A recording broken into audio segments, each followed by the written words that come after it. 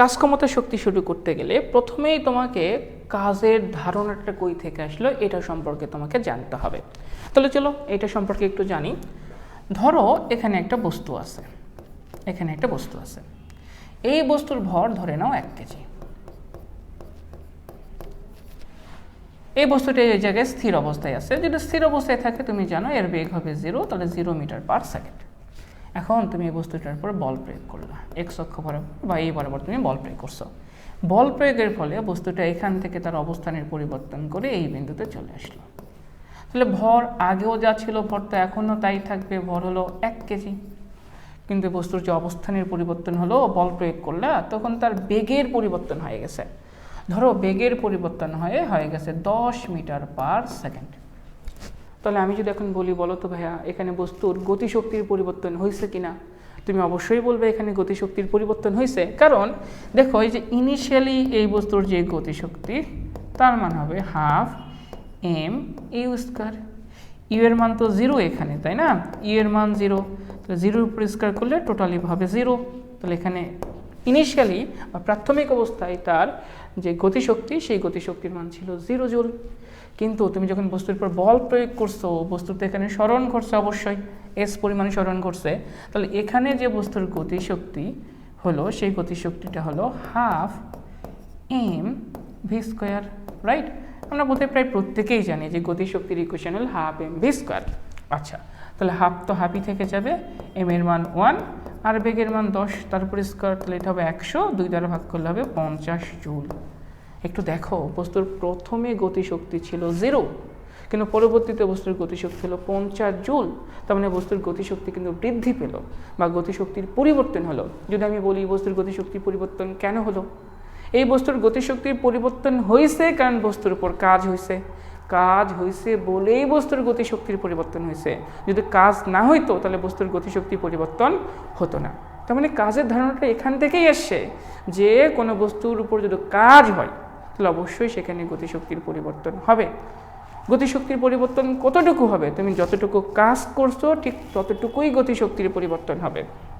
তাহলে এখান থেকে একটা গুরুত্বপূর্ণ ইনফরমেশন একটু লিখে রাখো, সেটা হলো এখানে যতটুকু কাজ হয়েছে, অর্থাৎ তুমি এখানে যতটুকু কাজ করছো এই কৃত কাজ হবে এর গতিশক্তির পরিবর্তনের সমান। গতিশক্তির পরিবর্তন, এই ইনফরমেশনটা মনে রাখবা। যেখানেই কাজ হবে সেখানেই গতিশক্তির পরিবর্তন হবে।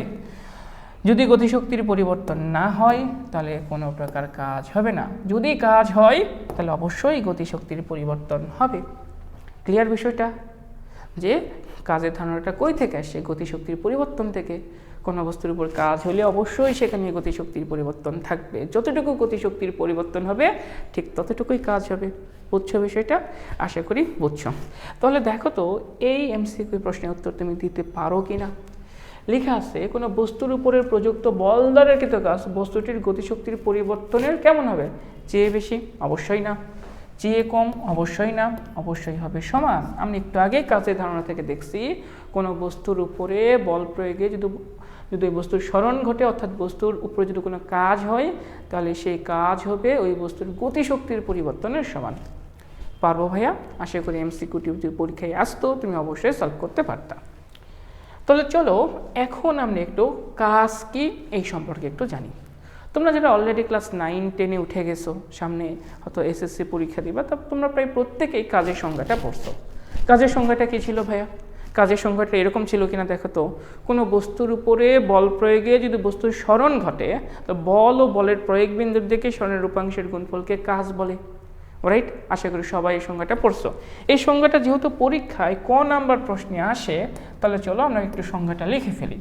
সংজ্ঞাটা কেমন ছিল ভাইয়া? সংজ্ঞাটা এরকম ছিল, কোনো বস্তুর উপর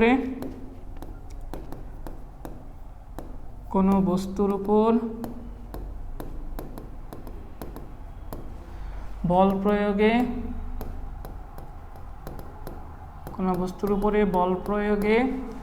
যদি বস্তুর সরণ ঘটে,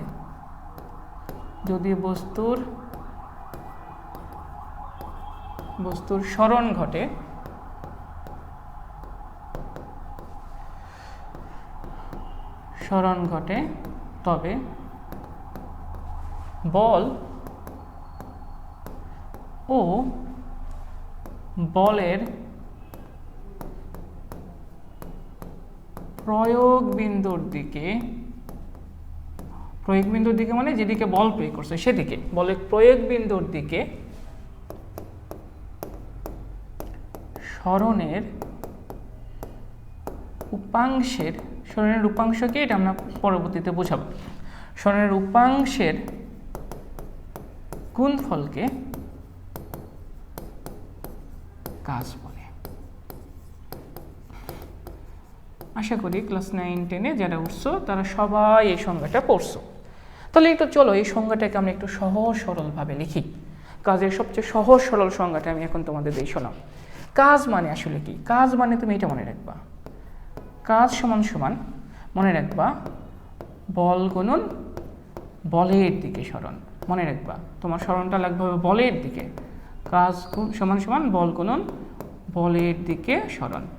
এই একটা ইনফরমেশান দিয়ে আমাদের এসএসসি সিলেবাসে যত টাইপের কাজের সমীকরণ আছে আমরা ইনশাল্লাহ সবগুলোই সলভ করতে পারবো।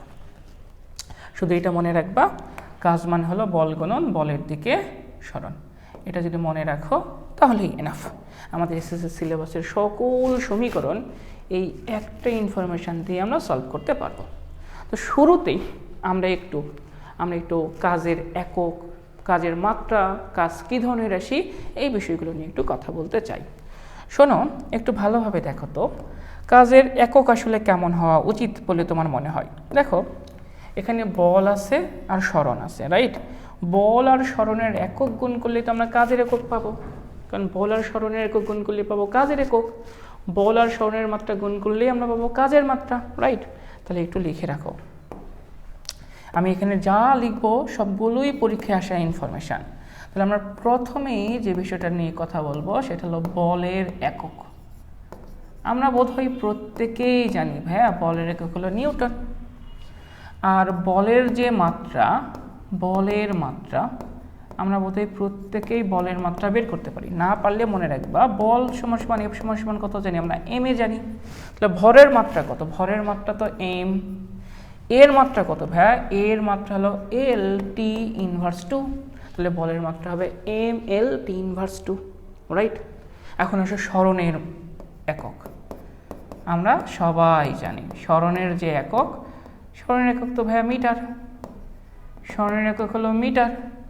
আর সরণের মাত্রা এটাও আমরা সবাই জানি যে সরণের মাত্রা এটা হলো এল। লেন থেকে এল আসছে, তাই না? সরণের মাত্রা হলো এল। আচ্ছা, আশা করি এতটুকু বুঝছি। তাহলে বলের একক আর সরণের একক গুণ করলে আমরা পাবো কাজের একক। তাহলে বলের একক নিউটন, সরণের একক মিটার। নিউটন মিটার গুণ করলে তো আমরা কাজ পাবো। কিন্তু আমরা বোধহয় প্রত্যেকেই জানি যে কাজের যে একক, কাজের যে একক তাকে আমরা জুল বলে থাকি। কাজের একক হলো, আমরা প্রত্যেকেই জানি কাজের একক হলো জুল, রাইট? কাজের একক হলো জুল। কাজের মাত্রা কি হবে? কাজের মাত্রা এটাও তো পরীক্ষার জন্য খুবই গুরুত্বপূর্ণ, অনেকবার করে পরীক্ষায় আসে। কাজের মাত্রা কি হবে ভাইয়া? দেখো বলের মাত্রা সরণের মাত্রা গুণ করলেই পাবা তুমি কাজের মাত্রা। তাহলে বলের মাত্রা সরণের মাত্রা গুণ করো, তাহলে গুণ করলে কি পাবা? M L square T inverse 2।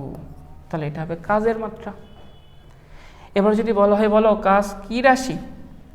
কাজ কোন ধরনের রাশি? রাশি আমরা বোধহয় প্রত্যেকেই জানি কাজ, ক্ষমতা, শক্তি, এই তিনটাই হলো স্কেলার রাশি। কাজ, ক্ষমতা, শক্তি এই তিনটাই হবে স্কেলার রাশি। তাহলে কাজ অবশ্যই হবে স্কেলার রাশি। কাজ হবে স্কেলার রাশি। আশা করি আমরা সবাই এই বিষয়টা বুঝছি। তোমার মনে প্রশ্ন আসতে পারে যে বল তো ভাইয়া ভেক্টর রাশি, সরণ তো ভেক্টর রাশি, তাহলে বল আর সরণ গুণ করলে দুইটা ভেক্টর রাশি গুণ করে আমি স্কেলার রাশি কীভাবে পাচ্ছি? এটা তোমাদের এসএসসি সিলেবাসে নাই, তবে এসএসসি সিলেবাসে আছে যে দুইটা ভেক্টর রাশিকে গুণ করার প্রসেস দুইটা। একটা হলো স্কেলার গুণন, আরেকটা হলো ভেক্টর গুণন, বা একটা ডট গুণন, আরেকটা হলো ক্রস গুণন। স্কেলার গুণনটাকেই বলা হয় ডট গুণন। অর্থাৎ কাজের কাজটা আসলে এরকম হবে, বল এবং সরণের ডট গুণফল। এই ইনফরমেশন একটু জেনে রাখো, যদিও তোমাদের বই নাই। এই বল এবং সরণের ডট গুণফল, অর্থাৎ দুইটা ভেক্টর রাশি যদি আমরা ডট গুণফল করি তাহলে আমরা যে ফলাফলটা পাই সেটা শুধু মান পাই। তাহলে বল আর সরণ ভেক্টর রাশি হওয়ার পরও তাদের গুণ করলে আমরা স্কেলার রাশি কেন পাই? কারণ এখানে বল এবং সরণের ডট গুণফল হয়, অর্থাৎ বল ও সরণের স্কেলার গুণফল হয়। তার মানে এখানে যে গুণফলটা হয় সেই গুণফলের নাম ভাইয়া স্কেলার গুণফল, স্কেলার গুণন। ঠিক আছে, এটা তোমাদের সিলেবাসে নাই, তারপরে একটু মনে রাখো, তাহলে এই বিষয়টা তোমাদের কাছে আর একটু ক্লিয়ার হবে যে বল আর সরণের আমরা স্কেলার গুণন বা ডট গুণন করি। এই স্কেলার গুণন এবং ডট গুণন করলে আমরা শুধু স্কেলার পাই, অর্থাৎ মান পাই, এই জন্য কাজ হলো স্কেলার রাশি। দেখো এখানে এফ এবং এস এর ডট গুণন করছি, রাইট? তাহলে কাজ কী রাশি? কাজ হলো স্কেলার রাশি। শোনো, এখানে আরও দুইটা গুরুত্বপূর্ণ বিষয়, সেটা হলো শক্তি জিনিসটা কি।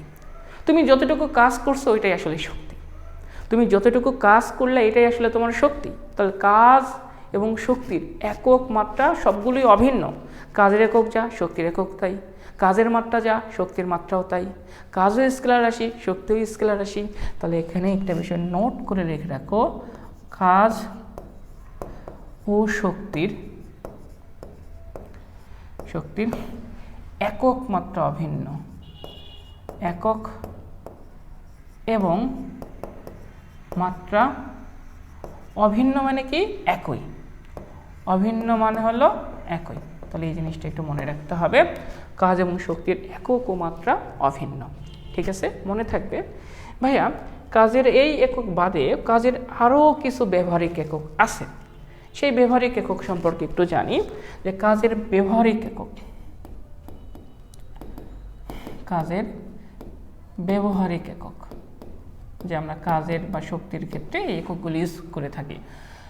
ব্যবহারিক একক একটা খুব গুরুত্বপূর্ণ কাজের ব্যবহারিক একক, যেটা পরীক্ষায় প্রায় এমসিকিউতে এসে থাকে ভাইয়া।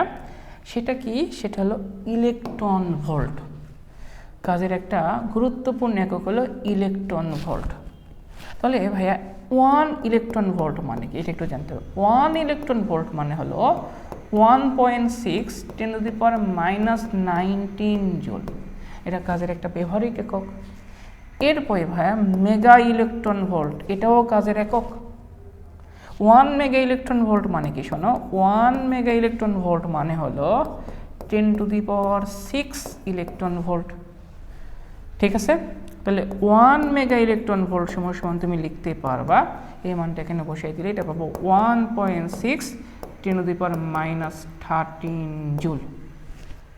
তাহলে এই এককগুলো তোমাকে একটু জানতে হবে, কারণ এই এককগুলো থেকে পরীক্ষায় প্রশ্ন এসে থাকে। আশা করি এই বিষয়টা তুমি বুঝছো, কাজের একক কি এগুলো আশা করি তুমি বুঝছো। যদি এগুলো বুঝে থাকো তাহলে চলো তো আমরা এই প্রশ্নগুলো সলভ করতে পারি কিনা একটু দেখি। দেখো তো, বলের মাত্রা সমীকরণ কোনটি? একটু আগে আমরা দেখলাম বলের মাত্রা সমীকরণ হলো ml² T−2। তাহলে ml² T−2 আছে ডি নাম্বারে, তাহলে রাইট অ্যান্সার হবে ডি নাম্বার। আচ্ছা, এবার দেখো তো জুল কিসের একক? আমরা একটু আগেই দেখলাম জুল হলো কাজের একক বা শক্তির একক। তাহলে কী হবে? তাপ তো এক প্রকার শক্তি, কাজ তো কাজই শক্তি, তাহলে সবগুলো হবে। তাহলে জুল হবে এই সবগুলোর একক, রাইট? আচ্ছা, এটা পারো কিনা দেখো তো, নিচের কোন জোড়ার মাত্রা সমান? আমরা একটু আগেই দেখলাম যে কাজ আর শক্তির মাত্রা কিন্তু অভিন্ন, একক অভিন্ন। কাজ এবং শক্তি, এখানে কাজ ও শক্তির একক এবং মাত্রা অভিন্ন। দেখো এমসিকিউ পরীক্ষায় চলে আসছে। এবার এটা দেখো তো, শক্তির একক ও মাত্রা যথাক্রমে। শক্তির একক কি বলো তো? আমরা তো জানি শক্তির একক জুল, আর শক্তির মাত্রা কি? কাজের মাত্রা যেটা, সেটা হলো শক্তির মাত্রা, রাইট? কাজের মাত্রা কত? ml² T−2। তাহলে রাইট অ্যান্সার কত হবে? জুল ml² T−2, এটা হবে ডি। ওগুলো হবে না, ওগুলো আগেই পান। ml² T−2 আশা করি পারবে। এটা দেখো তো, বল ও শক্তির মাত্রা যথাক্রমে। বলের মাত্রা কত আর শক্তির মাত্রা কত? একটু আগে আমরা দেখলাম বলের মাত্রা হলো ml T−2 আর শক্তির মাত্রা হলো ml² T−2, রাইট? বলের মাত্রা হলো ml T−2 আর শক্তির মাত্রা হলো ml² T−2। তাহলে রাইট অ্যান্সার কোনটা হবে? এই দেখো বি নাম্বার, ml T−2 এটা বলের মাত্রা, ml² T−2 এটা হলো শক্তির মাত্রা। আচ্ছা, এবার দেখো তো ইলেকট্রন ভোল্ট কিসের একক? পরীক্ষায় কিন্তু খুবই গুরুত্বপূর্ণ। দেখো, কাজের ব্যবহারিক একক, কাজের নিরপেক্ষ একক, বিদ্যুতের একক, বিদ্যুৎ রোধের একক, এটা হলো কাজের ব্যবহারিক একক। একটু আগেই আমরা দেখলাম। তাহলে আমি যে ইনফরমেশনগুলো লিখে রাখছি সেই ইনফরমেশনগুলো থেকে এই টাইপের এমসিকিউ পরীক্ষায় আসতে পারে, তোমাকে এগুলো ভালোভাবে কমপ্লিট করতে হবে। আচ্ছা, দেখো তো কাজের একক কোনটি? কাজের একক যে জুল, এটা তো আমরা সবাই জানি। নিউটন তো বলের একক, ওয়াট হলো ক্ষমতার একক, পাস্কেল হলো চাপের একক, রাইট? এগুলো আমরা সবাই জানি। তাহলে কাজের একক কোনটি হবে? কাজের একক হবে জুল। আচ্ছা, আশা করি এই টাইপের প্রশ্ন যদি পরীক্ষায় আসে তুমি সলভ করতে পারবা। এখন আমরা কাজের সমীকরণ নিয়ে কথা বলবো, ঠিক আছে? কাজের বিভিন্ন টাইপের সমীকরণ আছে, সেই সমীকরণ নিয়ে কথা বলবো। সবার আগে আমরা কাজের সাধারণ সমীকরণ বের করব। চলো কাজের সাধারণ সমীকরণ, জেনারেল ইকুয়েশন বের করি। সাধারণ সমীকরণ, একটু আগেই বোধহয় আমরা বললাম কাজ মানে হলো বল গুণন বলের দিকে সরণ, বা তুমি সংজ্ঞায় পড়ছিলা বল গুণন বলের প্রয়োগ বিন্দুর দিকে সরণের উপাংশের গুণফলকে কাজ বলে। তাহলে একটু বোঝার ট্রাই করো। দেখো দেখো ধরো এখানে একটা বস্তু আছে, এখানে একটা বস্তু আছে, তুমি এই বস্তুটার উপরে এই এক্স অক্ষ বরাবর বল প্রয়োগ করলা। এই যে এই বরাবর তুমি বল প্রয়োগ করছো এক্স অক্ষ বরাবর, কিন্তু বস্তুটা বলের দিকে না গিয়ে ধরো বস্তুটা এই জায়গায় চলে আসছে, বস্তুটা এই জায়গায় চলে আসছে। বস্তুটা এই দিকে যে সরে গেছে, অবশ্যই এখানে সরণ আছে, এখানে যে সরণ সেই সরণটা হলো এস। এই যে কোণ, এই কোণের মানটা হলো থিটা। তার মানে তুমি যেদিকে বল প্রয়োগ করছো বস্তুটা সেদিকে না গিয়ে তুমি বল প্রয়োগ করছো এই বরাবর, বস্তুটা এই বরাবর না গিয়ে বস্তুটা কি হয়েছে, বস্তুটা এই বরাবর চলে গেছে। দেখো বস্তুটা এই বরাবর চলে গেছে, ঠিক আছে? তাহলে এখন কথা হলো এখানে কাজের সমীকরণ কি হবে? তো আমরা কাজের সমীকরণ কি জানি? কাজের সমীকরণে আমরা লিখে রাখছিলাম, একটু মনে করার ট্রাই করো।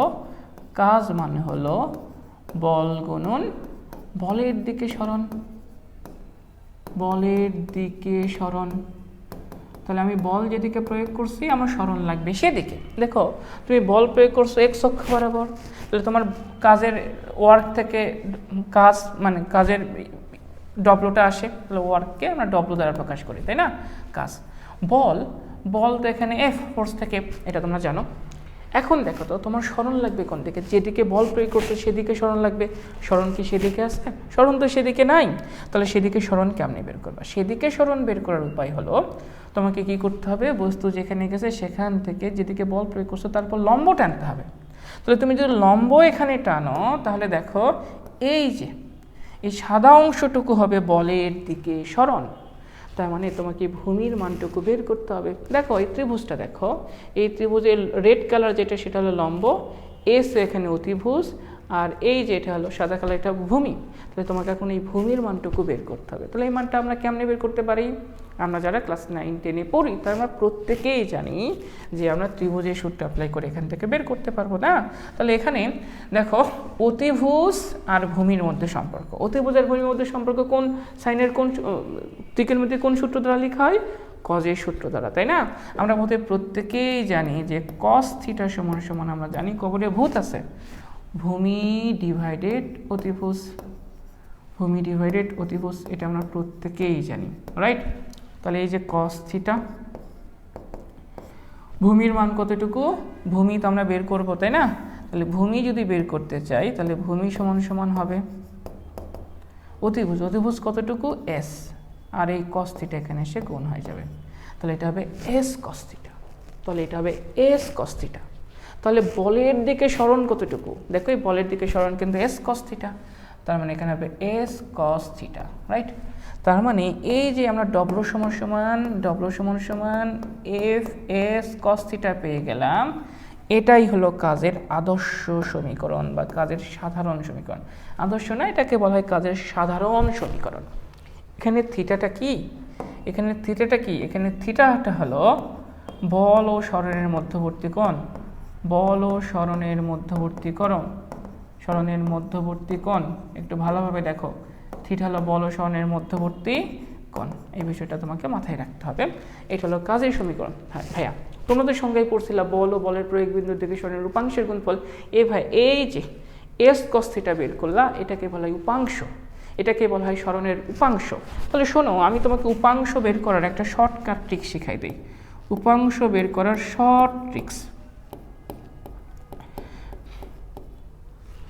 উপাংশ বের করার শর্ট ট্রিক্স আমি একটু তোমাকে শিখাই দিই। তুমি এই শর্ট ট্রিক্সটা উপাংশ বের করার ক্ষেত্রে তুমি ইউজ করতে পারবা। সেটা কি, দেখো বিষয়টা হলো এরকম, ধরো তোমার এতটুকু সরণ করছে, এখন তুমি এরই এক্স অক্ষের উপাংশ এবং ওয়াই অক্ষের উপাংশ তুমি বের করতে চাও।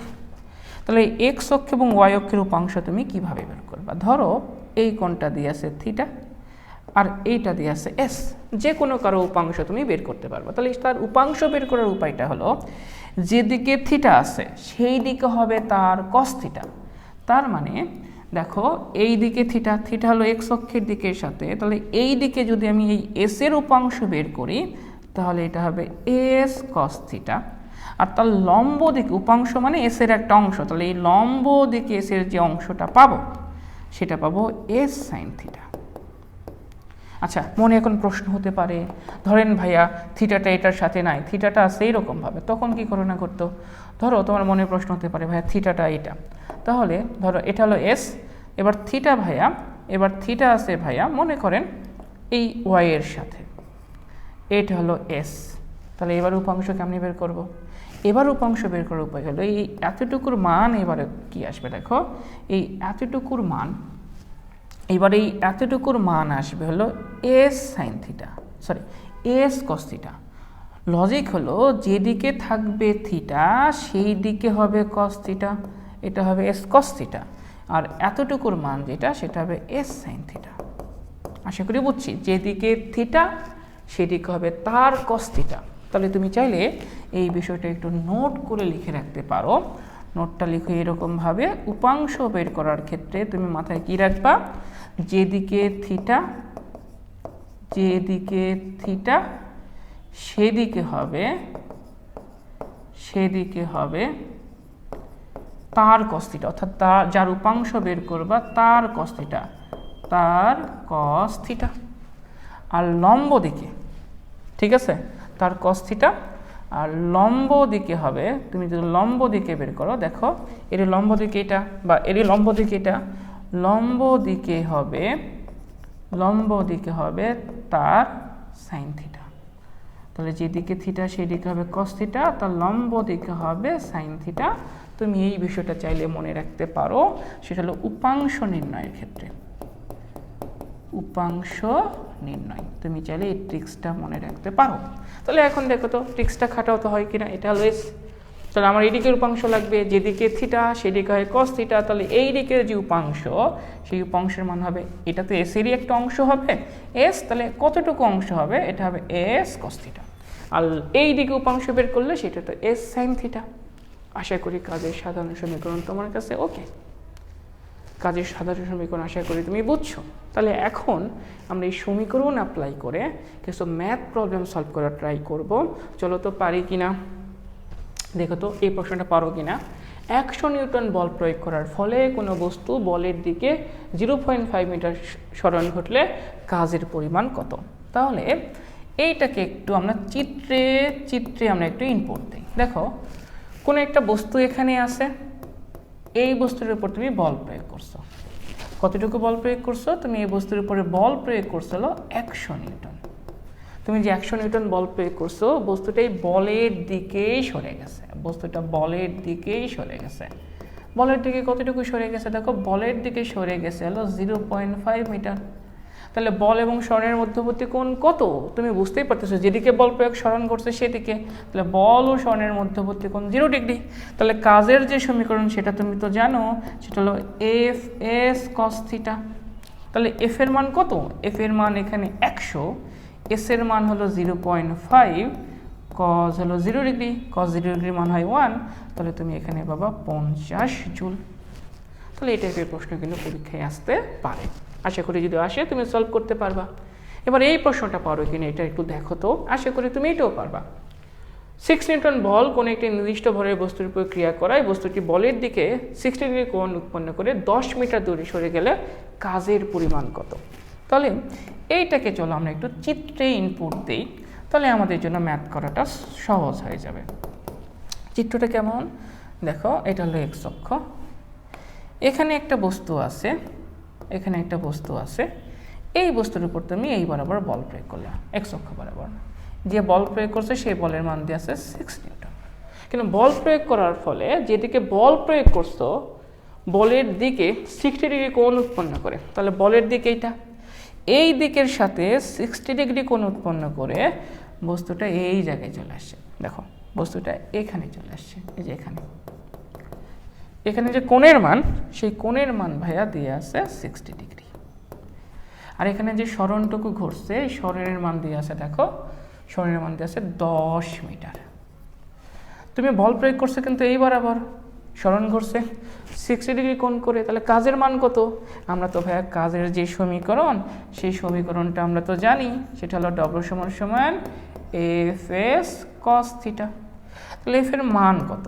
এফ এর মান হলো এখানে 6, এস এর মান হলো 10, আর কস হবে ভাইয়া 60 ডিগ্রি। কস 60 ডিগ্রি মান কত? হাফ, তাহলে এটা আসবে 60 আর কস 60 ডিগ্রি মান হলো হাফ, তাহলে তুমি এখানে পাবা 30 জুল। তাহলে আশা করি এই টাইপের প্রশ্ন যদি পরীক্ষায় আসে তুমি এটা সলভ করতে পারবা, রাইট? আচ্ছা, তাহলে দেখো তো এবারে কনসেপ্ট 4। কনসেপ্ট 4-এ খুব গুরুত্বপূর্ণ একটা বিষয় নিয়ে আমরা কথা বলবো, খুবই গুরুত্বপূর্ণ। সেটা হলো সর্বোচ্চ কাজ কখন হবে, সর্বনিম্ন কাজ কখন হবে, শূন্য কাজ কখন হবে, ধনাত্মক কাজ কখন হবে, ঋণাত্মক কাজ কখন হবে। 5টা কেস নিয়ে আমরা কথা বলবো, 5টা কন্ডিশন আমরা খুঁজে বের করার ট্রাই করব যে কখন কাজের মান সবচেয়ে বেশি হবে, কখন কাজের মান সবচেয়ে কম হবে, কখন ধনাত্মক হবে, কখন ঋণাত্মক হবে, কখন শূন্য কাজ হবে। শোনো, দেখো আগে সিম্পলভাবে বোঝাই, আমাদের কাজের যে সমীকরণ সেটা হলো F S cos theta, right? F S cos theta. ধরো এখানে একটা বস্তু আছে, তুমি এই বস্তুর উপর বল প্রয়োগ করলা, ধরো তুমি 10 নিউটন বল প্রয়োগ করছো, বস্তুটা বলের দিকে চলে গেছে, দেখো বলের দিকে চলে গেছে ধরো 5 মিটার। এখানে কোণের মান কিন্তু 0 ডিগ্রি। আবার এমন হতে পারে এখানে একটা বস্তু আছে, তুমি এই বস্তুর উপর বল প্রয়োগ করলা 10 নিউটন, বস্তুটা বলের দিকের সাথে একটা কোণ করে চলে গেছে, যে এখানে চলে গেছে, রাইট? এখানে চলে গেছে, ধরো এখানে সরণের মান ওই 5 মিটারই আছে, কিন্তু কোণের মান ধরো হয়ে গেছে 60 ডিগ্রি। বা ধরো এখানে একটা বস্তু আছে, তুমি এই বস্তুর উপর বল প্রয়োগ করলা 10 নিউটন, বস্তুকে তুমি যেদিকে বল প্রয়োগ করছো তার সাথে লম্ব বরাবর বস্তুটা উপরের দিকে উঠে চলে গেছে, ঠিক আছে? এখানে সরণের মান আছে 5 মিটার। ভাইয়া দেখো তাহলে এখানে থিটার মান কত ডিগ্রি? বুঝতেই পারতেছো এখানে থিটার মান 90 ডিগ্রি। দেখো এই সবগুলো ক্ষেত্রে বল এবং সরণের মান একই, কিন্তু কোণের মান আলাদা। আর আমরা এই কোয়েশ্চেন থেকে স্পষ্ট দেখতে পাচ্ছি যে কোণের মানের যদি পরিবর্তন হয় তাহলে কস থিটা পরিবর্তন হবে, আর কস থিটা পরিবর্তন হলে কাজের মানের পরিবর্তন হবে। আমরা এখন এমন কিছু কেস বের করব যেখানে থিটার মানের পরিবর্তন করলে কাজের মানের কেমন পরিবর্তন হয় এই বিষয়টা আমরা চেক করব। এটা তো কনফার্ম, থিটা পরিবর্তন করলে কস থিটা পরিবর্তন হবে, আর কস থিটা পরিবর্তন করলে আমাদের কাজের মানের পরিবর্তন হবে। বল সরণ মান সেম আছে, তারপরেও কাজের মান ভিন্ন ভিন্ন আসবে, কারণ থিটার পরিবর্তন হচ্ছে। আমরা এখানে এই বিষয়টাই দেখব যে থিটার পরিবর্তনের জন্য কাজের মানের কেমন পরিবর্তন হয়। তাহলে চলো এটা আমরা একটু দেখার ট্রাই করি, এটা একটু আমরা বোঝার ট্রাই করি। তাহলে সবার আগে আমরা যে কেসটা নিয়ে কথা বলবো, সবার আগে আমরা কেস 1 নিয়ে কথা বলবো। সেই কেস 1-এ আমরা যে বিষয়টা নিয়ে কথা বলবো সেটা হলো সর্বোচ্চ কাজ। তাহলে একটু লিখে ফেলি কেস 1। এখানে আমরা সর্বোচ্চ কাজ নিয়ে কথা বলতে চাই, যেন কাজের মান সবচেয়ে বেশি হয়, সর্বোচ্চ কাজ। আমরা স্পষ্ট বুঝতে পারতেছি যে আমাদের কাজের ইকুয়েশন যেহেতু ডব্লিউ সমান সমান এফ এস কস থিটা, আমরা কস থিটার অর্থাৎ থিটার পরিবর্তনের জন্য কাজের মানের কেমন পরিবর্তন হয় এটা দেখতে চাই। তার মানে কস থিটার মান যদি সবচেয়ে বেশি হয় তাহলে কাজের মান হবে সবচেয়ে বেশি। আমরা জানি কস থিটার সবচেয়ে বেশি মান হলো +1, কখন সেটা 0 ডিগ্রিতে।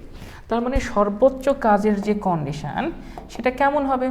আশা করি তুমি একটু হলেও বুঝতে পারতেছো যে সর্বোচ্চ কাজের যে কন্ডিশন সেটা কেমন হতে পারে। দেখো যে ধরো এখানে একটা বস্তু আছে, এই যে এখানে একটা বস্তু আছে, তুমি এই বস্তুটাকে কি করলা? বল প্রয়োগ করলা, এই পরিমাণ বল প্রয়োগ করছো।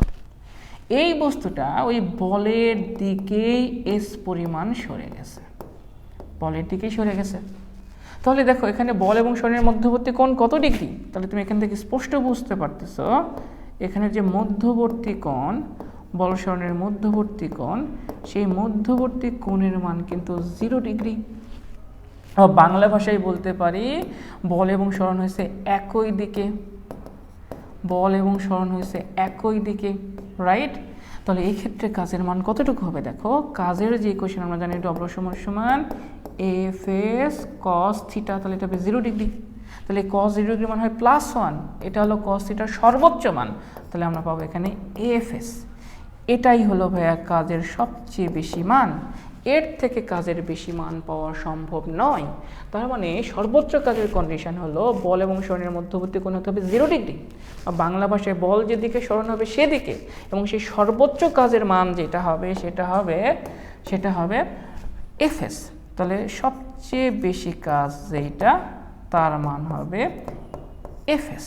কখন সেটা, যখন বল এবং সরণের মধ্যবর্তী যে কোণ সেই কোণের মান হবে 0 ডিগ্রি, অর্থাৎ তুমি যেদিকে বল প্রয়োগ করবা বস্তু যদি সেদিকে চলে যায় সেক্ষেত্রে কাজের মানটা হবে সবচেয়ে বেশি। আচ্ছা, এই যে এটাকে বলা হয় কিন্তু বলের দ্বারা কাজ, যেদিকে বল প্রয়োগ করছে বস্তু সেদিকেই চলে গেছে, এইটাকে বলা হয় ভাই আবার বলের দ্বারা কাজ। তাহলে এই জিনিসটা একটু মনে রাখবা, এটাকে বলা হবে বলের দ্বারা কাজ, এটাকে বলা হয় বলের দ্বারা কাজ, কারণ যেদিকে বল প্রয়োগ করছে সরণ সেদিকেই ঘটছে।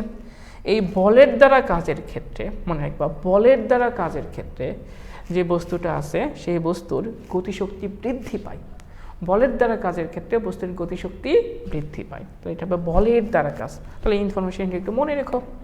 শোনো, এবার আমরা বের করতে চাই সর্বনিম্ন কাজ, যেন কাজের মান সবচেয়ে কম হয়। তাহলে আসো কেস 2 নিয়ে আমরা কথা বলি। সেই কেস 2তে আমরা কথা বলবো সর্বনিম্ন কাজ, মানে যার থেকে আর কম কাজ হওয়া সম্ভব নয়, সেটা হলো সর্বনিম্ন কাজ। অনেক সময় আমরা বলি না অকাজ, কাজ করতে গেছি কাজ না করে অকাজ করে বসে আছে, মানে যা করতে বসে তার উল্টা করে বসছে, সেটাকেই তো আমরা বলি অকাজ, তাই না? এটাই তো সবচেয়ে কম কাজ। তাহলে অকাজ, যা করতে বসে তার উল্টাটা করছে, তার মানে বিষয়টা কেমন দেখো তো, একটু ভাষার সাথে মিল খুঁজে পাও কিনা। বল প্রয়োগ করছো এই বরাবর, এই পরিমাণ বল প্রয়োগ করছো এই বরাবর, কিন্তু বস্তু বলের দিকে না গিয়ে বলের বিপরীত দিকে চলে আসছে, যেদিকে বল প্রয়োগ করছো টোটালি তার উল্টা দিকে চলে আসছে, রাইট? তাহলে এখানে বল ও সরণের মধ্যবর্তী কোণ কত ডিগ্রি তুমি স্পষ্ট বুঝতে পারতেছো। বল এবং সরণের মধ্যবর্তী কোণ হবে 180 ডিগ্রি, এফ এইদিকে এস এইদিকে, দুইটা উল্টা দিকে, তাহলে মধ্যবর্তী কোণ কত হয়? তাহলে এখানে মধ্যবর্তী কোণ যেটা সেটা হবে 180 ডিগ্রি, রাইট? বা বাংলা ভাষায় বলতে পারি বল এবং সরণ হবে বিপরীত দিকে, বল এবং সরণ হবে বিপরীত দিকে। যদি এই বিপরীত দিকে হয়ে থাকে তাহলে এক্ষেত্রে দেখো তো ভাইয়া, কাজের যে মানটা পাবো সেটা হবে সবচেয়ে কম মান, সবচেয়ে কম মান। কেন? কস 180 মান হয় -1, তাহলে এখানে হবে এফ এস কস 180, কস 180 মান হলো -1, তাহলে এফ এস, তাহলে এটা হবে মাইনাস এফ এস। কেন? কারণ কস 180 ডিগ্রি মান হয় -1। তাহলে এইটাই কিন্তু সবচেয়ে কম কাজ, এর থেকে কম কাজ আর পসিবল না, এর থেকে কম কাজ আর পসিবল না। এটাকে আমরা বলে থাকি অকাজ, তাই না? এটাকে বলে থাকি অকাজ, বা এটাকে আমরা বলতে পারি বলের বিরুদ্ধে কাজ। যেদিকে বল প্রয়োগ করছো সরণ করছে তার বিপরীত দিকে, তাহলে এইটাকে বলা হবে বলের বিরুদ্ধে কাজ। এটা হবে বলের বিরুদ্ধে কাজ, বিরুদ্ধে কাজ। তাহলে বল দ্বারা কৃত কাজ মানে কি? যেদিকে বল প্রয়োগ করবে সেদিকেই সরণ ঘটবে। আর বলের বিরুদ্ধে কাজ কি? যেদিকে বল প্রয়োগ করবে সরণ তার বিপরীত দিকে ঘটবে। ঠিক আছে ভাই? বলের বিরুদ্ধে কাজের ক্ষেত্রে গতিশক্তির মান কমে যায়। খুব সিম্পলভাবে, বস্তুকে তুমি বল প্রয়োগ করছো সামনে দিকে, সে আসছে উল্টা দিকে, বলের বিপরীত দিকে আসে, তাহলে তার ভেলোসিটি কি বাড়বে না কমবে? ভেলোসিটি কমে যাবে, অর্থাৎ তুমি বলতে পারো তার গতিশক্তির মানটা কমে যাবে। অর্থাৎ এখানে এই ক্ষেত্রে গতিশক্তি কমে যাবে, রাইট? আর এই ক্ষেত্রে গতিশক্তি বেড়ে যাবে, কিন্তু গতিশক্তির পরিবর্তন দুই ক্ষেত্রেই থাকবে। তাহলে একটা বললাম সর্বোচ্চ কাজের শর্ত, আর একটা বললাম সর্বনিম্ন কাজের শর্ত। এখন আমরা যে শর্ত নিয়ে কথা বলবো সেইটা হলো ভাইয়া শূন্য কাজ, কেস 3। কেস 3-তে আমরা যেটা নিয়ে কথা বলবো সেটা হলো ভাইয়া শূন্য কাজ। তাহলে চলো শূন্য কাজের কন্ডিশনগুলো একটু দেখে ফেলি। কেস 3, এখানে আমরা কথা বলবো শূন্য কাজ নিয়ে। শূন্য কাজ, এখানে আমরা কথা বলবো শূন্য কাজ। শূন্য কাজ মানে কি? যেখানে কাজের মান হবে 0, যেখানে কাজের কোনো ভ্যালু থাকবে না। সেটা কেমন একটু দেখো। দেখো এখানে একটা বস্তু আছে, এই বস্তুর উপর তুমি বল প্রয়োগ করলা, এই পরিমাণ বল প্রয়োগ করলা।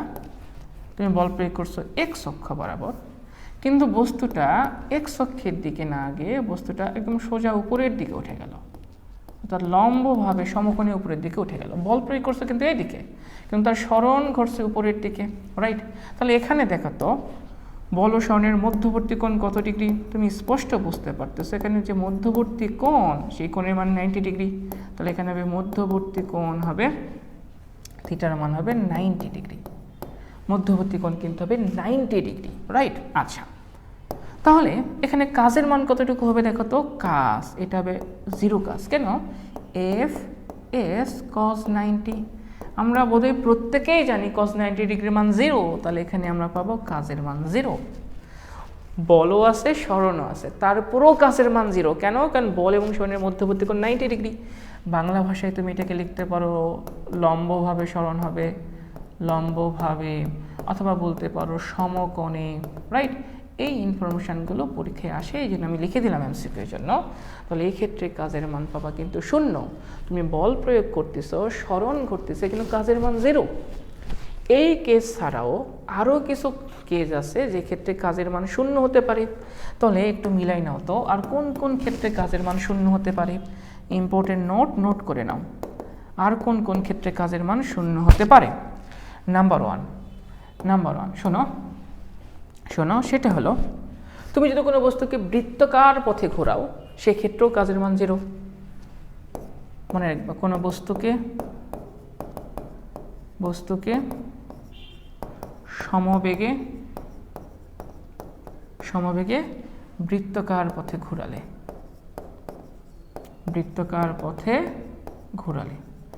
এক্ষেত্রে কোনো প্রকার কাজ হয় না। কোনো বস্তুকে বৃত্তাকার পথে সমবেগে যদি ঘোরাও, এক্ষেত্রে কোনো প্রকার কাজ হবে না। সমবেগে ঘুরালে তো ভাইয়া বেগের মানের পরিবর্তনই হবে না, আর বেগের মানের পরিবর্তন না হলে গতিশক্তির পরিবর্তন হবে না, আর গতিশক্তির পরিবর্তন না হলে তো কাজ হবে না। আরেকটা গুরুত্বপূর্ণ ইনফরমেশন একটু আমি তোমাকে দিয়ে রাখি, এটা মনে রেখো যদি তোমাদের সিলেবাসে নাই। একটা বস্তুকে তুমি যদি বৃত্তাকার পথে ঘোরাইতে চাও, তাহলে যে বল বস্তুকে বৃত্তাকার পথে ঘোরানোর জন্য দেয় সেটা হলো কেন্দ্রমুখী বল। কেন্দ্রের দিকে একটা বল ক্রিয়া করে বলে বস্তু বৃত্তাকার পথে ঘুরে। ধরো এই কলমে আমি একটা সুতা বেঁধে বস্তুকে যদি বৃত্তাকার পথে ঘোরাই, দেখো কেন্দ্রের দিকে একটা টান বল কাজ করে, এই বলটাই বস্তুটাকে বৃত্তাকার পথে ঘোরায়। এটাকে বলা হয় কেন্দ্রমুখী বল। কেন্দ্রমুখী বল বস্তু শুধুমাত্র দিকের পরিবর্তন করে, কিন্তু মানের পরিবর্তন করে না।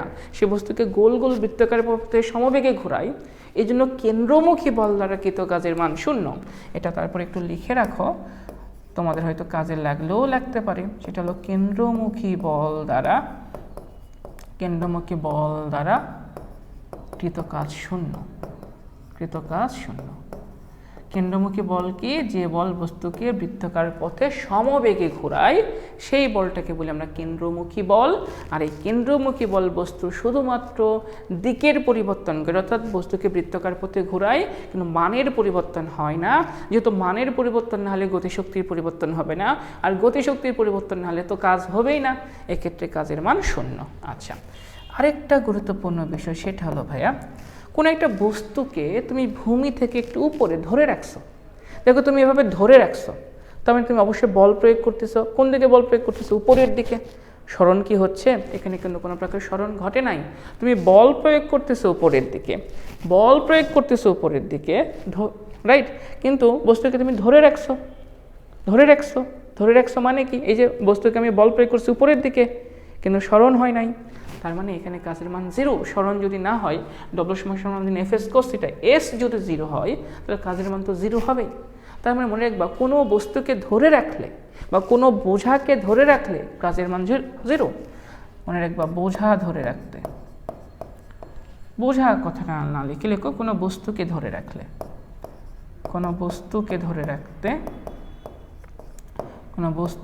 রাখলে ধরে রাখছো, হ্যাঁ, ধরে রাখলে কৃত কাজের মান 0, রাখলে কৃত কাজ 0, সেখানে কোনো প্রকার কাজ হয় না। কেন হয় না? কারণ সেখানে তো বস্তুর স্মরণই ঘটে নাই। তুমি বল প্রয়োগ করছো উপরের দিকে, এই যে ধরে রাখছো, কিন্তু স্মরণ হচ্ছে না, কাজের মান হবে 0। তাহলে এই জিনিসটা মনে রাখবে, কোনো বস্তুকে ধরে রাখলে সেক্ষেত্রে কৃত কাজের মান হয় 0।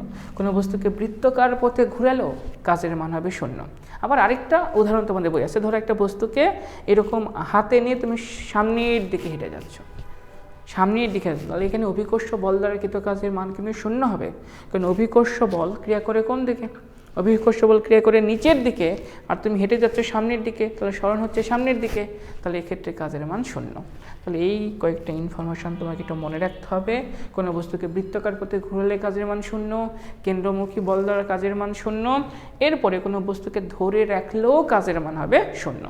আর যদি বল প্রয়োগে বল এবং শরীরের মধ্যবর্তী কোণ 90 ডিগ্রি হয়, সেক্ষেত্রেও কাজের মান হবে 0। আশা করি এই বিষয়টা তোমরা বুঝছো। যদি এটা বুঝে থাকো তাহলে চলো এবার আমরা ধনাত্মক এবং ঋণাত্মক কাজের কন্ডিশন দেখে ফেলি। Case number 4। কেস নাম্বার 4 দেখো, তোমাদের কাছে মনে হইতে পারে এটা আবার কই থেকে আসলো, আরে তোমরা এটা পারো, তোমরা হয়তো বা কখনো দেখো নাই, এই জন্য মনে হচ্ছে এটা আবার কোথায় থেকে আসলো। দেখো, আমরা বের করতে চাই ধনাত্মক কাজ, ধনাত্মক কাজ অর্থাৎ ধনাত্মক কাজের শর্ত, অর্থাৎ আমাদের কাজের মান ঋণাত্মক হওয়া যাবে না, আমাদের যে কাজের মান থাকবে সেই কাজের মানটা হওয়া লাগবে ধনাত্মক। আমরা এখন বের করতে চাই ধনাত্মক কাজের শর্ত। সেটা কি? ধরো দেখো, দেখো এখানে একটা বস্তু আছে, তুমি এই বস্তুকে বল প্রয়োগ করছো এই বরাবর, এই যে এই বরাবর x অক্ষ বরাবর বল প্রয়োগ করছো। এখন এই বস্তুটার সরণ কোন দিকে কোন দিকে হতে পারে? দেখো, এই বস্তুটার সরণ কোন দিকে হতে পারে? বস্তুটা এই দিকে যেতে পারে, বস্তুটা এই দিকে যেতে পারে, এই দিকে যেতে পারে, এই দিকে যেতে পারে, এই দিকে যেতে পারে, এই দিকে যেতে পারে, অর্থাৎ 90 ডিগ্রির আগে পর্যন্ত। দেখো, এই যে 90 ডিগ্রির আগে পর্যন্ত, 90 ডিগ্রি হওয়া যাবে না, 90 ডিগ্রির আগে পর্যন্ত যদি তার সরণ ঘটে, 90 ডিগ্রি কিন্তু না, এই যে এখান পর্যন্ত 90 ডিগ্রি আগে পর্যন্ত, এখানে কোণের মান কত ডিগ্রি হবে? তুমি স্পষ্ট বুঝতে পারতেছো, এখানে যে কোণের মানটা হবে সেই কোণের মান হবে 0 ডিগ্রির সমান। 0 থেকে বড়, কিন্তু এটা হবে 90 ডিগ্রি থেকে ছোট। 0 ডিগ্রি সমানও, এই যে এইদিকে চলে গেছে, মানে তো অবশ্যই এটা 0 ডিগ্রি সমান। এক্ষেত্রে কাজের মান আসবে ধনাত্মক। কেন? দেখো, cos থিটা, ডব্লু সমান আমরা জানি এফ এস cos থিটা, তার মানে cos থিটার মান যদি ধনাত্মক হয় তাহলে কাজের মান হবে ধনাত্মক। cos থিটার মান ধনাত্মক কখন হয়? 0 ডিগ্রি বসাও +1 পাবা, 90 ডিগ্রিতে 0 পাবা, তার মানে 0-র আগে পর্যন্ত, অর্থাৎ 90 ডিগ্রির আগে পর্যন্ত তুমি ধনাত্মক মান পাবা। তার মানে যদি বলে ধনাত্মক কাজের কন্ডিশন কত, তাহলে সেটা হবে 0 থেকে শুরু করে 90 ডিগ্রির আগে পর্যন্ত, তাহলে এটা হবে ধনাত্মক কাজের কন্ডিশন। অর্থাৎ বস্তু যদি এইটুকু জায়গার মধ্য দিয়ে সরণ ঘটে, তাহলে এই ক্ষেত্রে আমরা পাবো ধনাত্মক কাজ। কাজের মানটা কম আসুক, কিন্তু কাজ হবে ধনাত্মক। ওকে, এটা হলো ধনাত্মক কাজের কন্ডিশন। এবারে কেস 5, এবার আমরা করব ঋণাত্মক কাজ। তাহলে ধনাত্মক কাজের বিষয়টা বুঝলে আশা করি ঋণাত্মক কাজের বিষয়টা তুমি বুঝবা, যে যদি cos থিটার মানটা ঋণাত্মক হয় তাহলে সেটা হবে ঋণাত্মক কাজ, রাইট? cos থিটার মান যদি ঋণাত্মক হয় তাহলে সেটা হবে ঋণাত্মক কাজ। cos থিটার মান ঋণাত্মক কখন হয়? cos থিটার মান ঋণাত্মক হয় 90 ডিগ্রি যদি বেশি হয়, আর যদি সেটা 180 পর্যন্ত হয়, তার মানে ঋণাত্মক কাজের কন্ডিশন হবে 90 ডিগ্রি থেকে বড়, কারণ 90 ডিগ্রি তো 0 হয়, 90 ডিগ্রি থেকে বড় আর 180 ডিগ্রি পর্যন্ত। 180 ডিগ্রি সমান হলেও হবে নেগেটিভ। অর্থাৎ তুমি এই কয়েকটা ইনফরমেশন একটু লিখে রাখো তো ভাইয়া। সেটা হলো cos থিটা সমান +1 হবে যখন যখন থিটা হয় 0 ডিগ্রি। cos থিটা সমান -1 হবে যখন থিটার মান হয় 180 ডিগ্রি। cos থিটার মান 0 হয়, cos থিটার মান 0 হয় যখন থিটার মান হয় 90 ডিগ্রি। cos থিটার মান পজিটিভ, cos থিটা পজিটিভ, অর্থাৎ আমরা ধনাত্মক মান পাবো। যখন আমাদের থিটার মান 0 ডিগ্রি থেকে শুরু করে 90 ডিগ্রির আগে পর্যন্ত হয়। কস থিটার মান আমাদের ঋণাত্মক হবে, কস থিটা আমাদের ঋণাত্মক হবে যখন এই মানটা 90 ডিগ্রি থেকে বড় হয় এবং 180 ডিগ্রি পর্যন্ত হয়, তখন আমাদের কস থিটার যে মানটা আসে সেই মানটা সে ঋণাত্মক মান। তাহলে কস থিটার মানের উপর ডিপেন্ড করে আমরা ধনাত্মক কাজ, ঋণাত্মক কাজ, সর্বোচ্চ কাজ, সর্বনিম্ন কাজ এবং শূন্য কাজের যে তোমার শর্তগুলো, সেই শর্তগুলো আমরা বের করে ফেললাম। এখন একটু দেখো তো ভাইয়া, যে শর্তগুলো পড়লাম সেই শর্তগুলোর উপর ডিপেন্ড করে পরীক্ষায় প্রশ্ন যদি আসতো তুমি সলভ করতে পারতা কিনা। লেখা আছে বল প্রয়োগে সর্বোচ্চ কাজ হবে যখন বল ও সরণের সাথে ক্রিয়া করে। আমরা তো জানি একই দিকে মানে 0 ডিগ্রি কোণে ক্রিয়া করলে সেক্ষেত্রে কাজের মান হবে সবচেয়ে বেশি। লম্বাভাবে ক্রিয়া করলে তো 0 পাবো আমরা, তাই না? এটা দেখো তো, কাজের মান 0 হবে যদি প্রযুক্ত বল ও সরণের মধ্যবর্তী কোণ কত হয়। সবচেয়ে গুরুত্বপূর্ণ, কাজের মান 0 হয় যদি মধ্যবর্তী কোণ 90 ডিগ্রি হয়। আমরা একটু আগেই দেখলাম বল এবং সরণের মধ্যবর্তী কোণ যদি 90 ডিগ্রি হয় তাহলে কাজের মান হবে 0। আচ্ছা, এটা দেখো তো, কাজের পরিমাণ ঋণাত্মক হবে যদি প্রযুক্ত বল ও সরণের মধ্যবর্তী কোণের মান ঋণাত্মক কখন হয়? 180 ডিগ্রিতে ঋণাত্মক হয়, আর 90 ডিগ্রিতে তো 0ই হয়, তাই না? এটা দেখো তো, এটা পারো কিনা? বল প্রয়োগে কোনো বস্তুর সরণ বলের লম্ব বরাবর হলে, তাহলে বল যেদিকে প্রয়োগ করছে সরণটার লম্ব বরাবর, কাজের মান হয় 0। আমরা জানি যেদিকে বল প্রয়োগ করব তার সাথে যদি লম্বভাবে সরণ ঘটে সেক্ষেত্রে কোণের মান হয় 90 ডিগ্রি, আর 90 ডিগ্রি যদি কোণ হয় সেক্ষেত্রে কাজের মান হয় 0। আচ্ছা, এটা পড়ো কিনা? একটি বস্তুকে সমদ্রুতিতে বৃত্তাকার পথে ঘোরালে এর উপরে কোনো প্রকার কাজ হয় না। আমি তো বললাম একটা বস্তুকে বৃত্তাকার পথে তুমি যত স্পিডে ঘোরাও না কেন তার উপর কোনো কাজ হবে না, এখানে কোনো প্রকার কাজ হয় না। এবার দেখো তো, 0 থেকে শুরু করে 90 পর্যন্ত, তাহলে বলের দ্বারা কৃত কাজ এটা কি হবে? ধনাত্মক হবে না? 90-র আগে পর্যন্ত হলে ধনাত্মক হবে। 0-র থেকে বড় হলেও তো ধনাত্মক হয়। ধরো 1 ডিগ্রি, 5 ডিগ্রি, 30 ডিগ্রি, cos 30 ডিগ্রির মান হলো তোমার cos 30 ডিগ্রির মান হলো √3/2, cos 60 ডিগ্রির মান হলো তোমার হাফ, পজিটিভ হাফ, কিন্তু তার মানে এটা হবে ধনাত্মক হবে। এই সেম জিনিসটা কিন্তু মেডিকেল ভর্তি পরীক্ষায় আসছিল, তোমাদের এসএসসি বোর্ড পরীক্ষাতে আসতে পারে, কারণ ওই কনসেপ্টের মধ্যে থেকেই তো এই প্রশ্নগুলো আমরা করছি, রাইট? আচ্ছা, এটা দেখো তো, কেন্দ্রমুখী বল দ্বারা, কেন্দ্রমুখী বলের কনসেপ্ট যদি তোমাদের বই নাই, তারপর আমি এটা দিয়েছি যে একটা বস্তুকে বৃত্তাকার পথে ঘোরানোর জন্য যে বল দায়ী সেটা হলো কেন্দ্রমুখী বল। তুমি একটা বস্তুকে বৃত্তাকার পথে ঘোরাচ্ছ, কোন বলের জন্য ঘুরতেছে? কেন্দ্রমুখী বলের জন্য। কেন্দ্রমুখী বল ছাড়া বস্তু কখনোই বৃত্তাকার পথে ঘুরতে পারবে না। দেখো সূর্যের চারপাশে পৃথিবী ঘুরতেছে, কারণ সেখানে কেন্দ্রমুখী বল আছে। নিউক্লিয়াসের চারপাশে ইলেকট্রন ঘুরতেছে, কেন ঘুরতেছে? কারণ সেখানে কেন্দ্রমুখী বল আছে। কেন্দ্রমুখী বল ছাড়া কখনোই বস্তু বৃত্তাকার পথে ঘুরতে পারবে না। এই কেন্দ্রমুখী বল শুধু বস্তুর দিকের পরিবর্তন করে, অর্থাৎ বস্তুকে সমবেগে বৃত্তাকার পথে ঘোরায়, সে মানের পরিবর্তন করতে পারে না। এই জন্য কেন্দ্রমুখী বল দ্বারা কৃত কাজের মান হয় 0, রাইট? এবার দেখো, এটা পারো কিনা? 1 গ্রাম ভরের একটি বস্তুকে 0.5 মিটার ব্যাসার্ধের একটি আনুভূমিক বৃত্তাকার পথে 2 মিটার পার সেকেন্ড সমদ্রুতিতে ঘোরানো হচ্ছে। একটি পূর্ণ ঘূর্ণনের জন্য প্রয়োজনীয় কাজের মান কত? ভাই, সমদ্রুতিতে ঘোরানো হচ্ছে, তার মানে বেগের মান সেম, আর বেগের মান সেম মানে গতিশক্তির পরিবর্তন হয় নাই, আর গতিশক্তির পরিবর্তন না হলে সেখানে কাজ হবে না।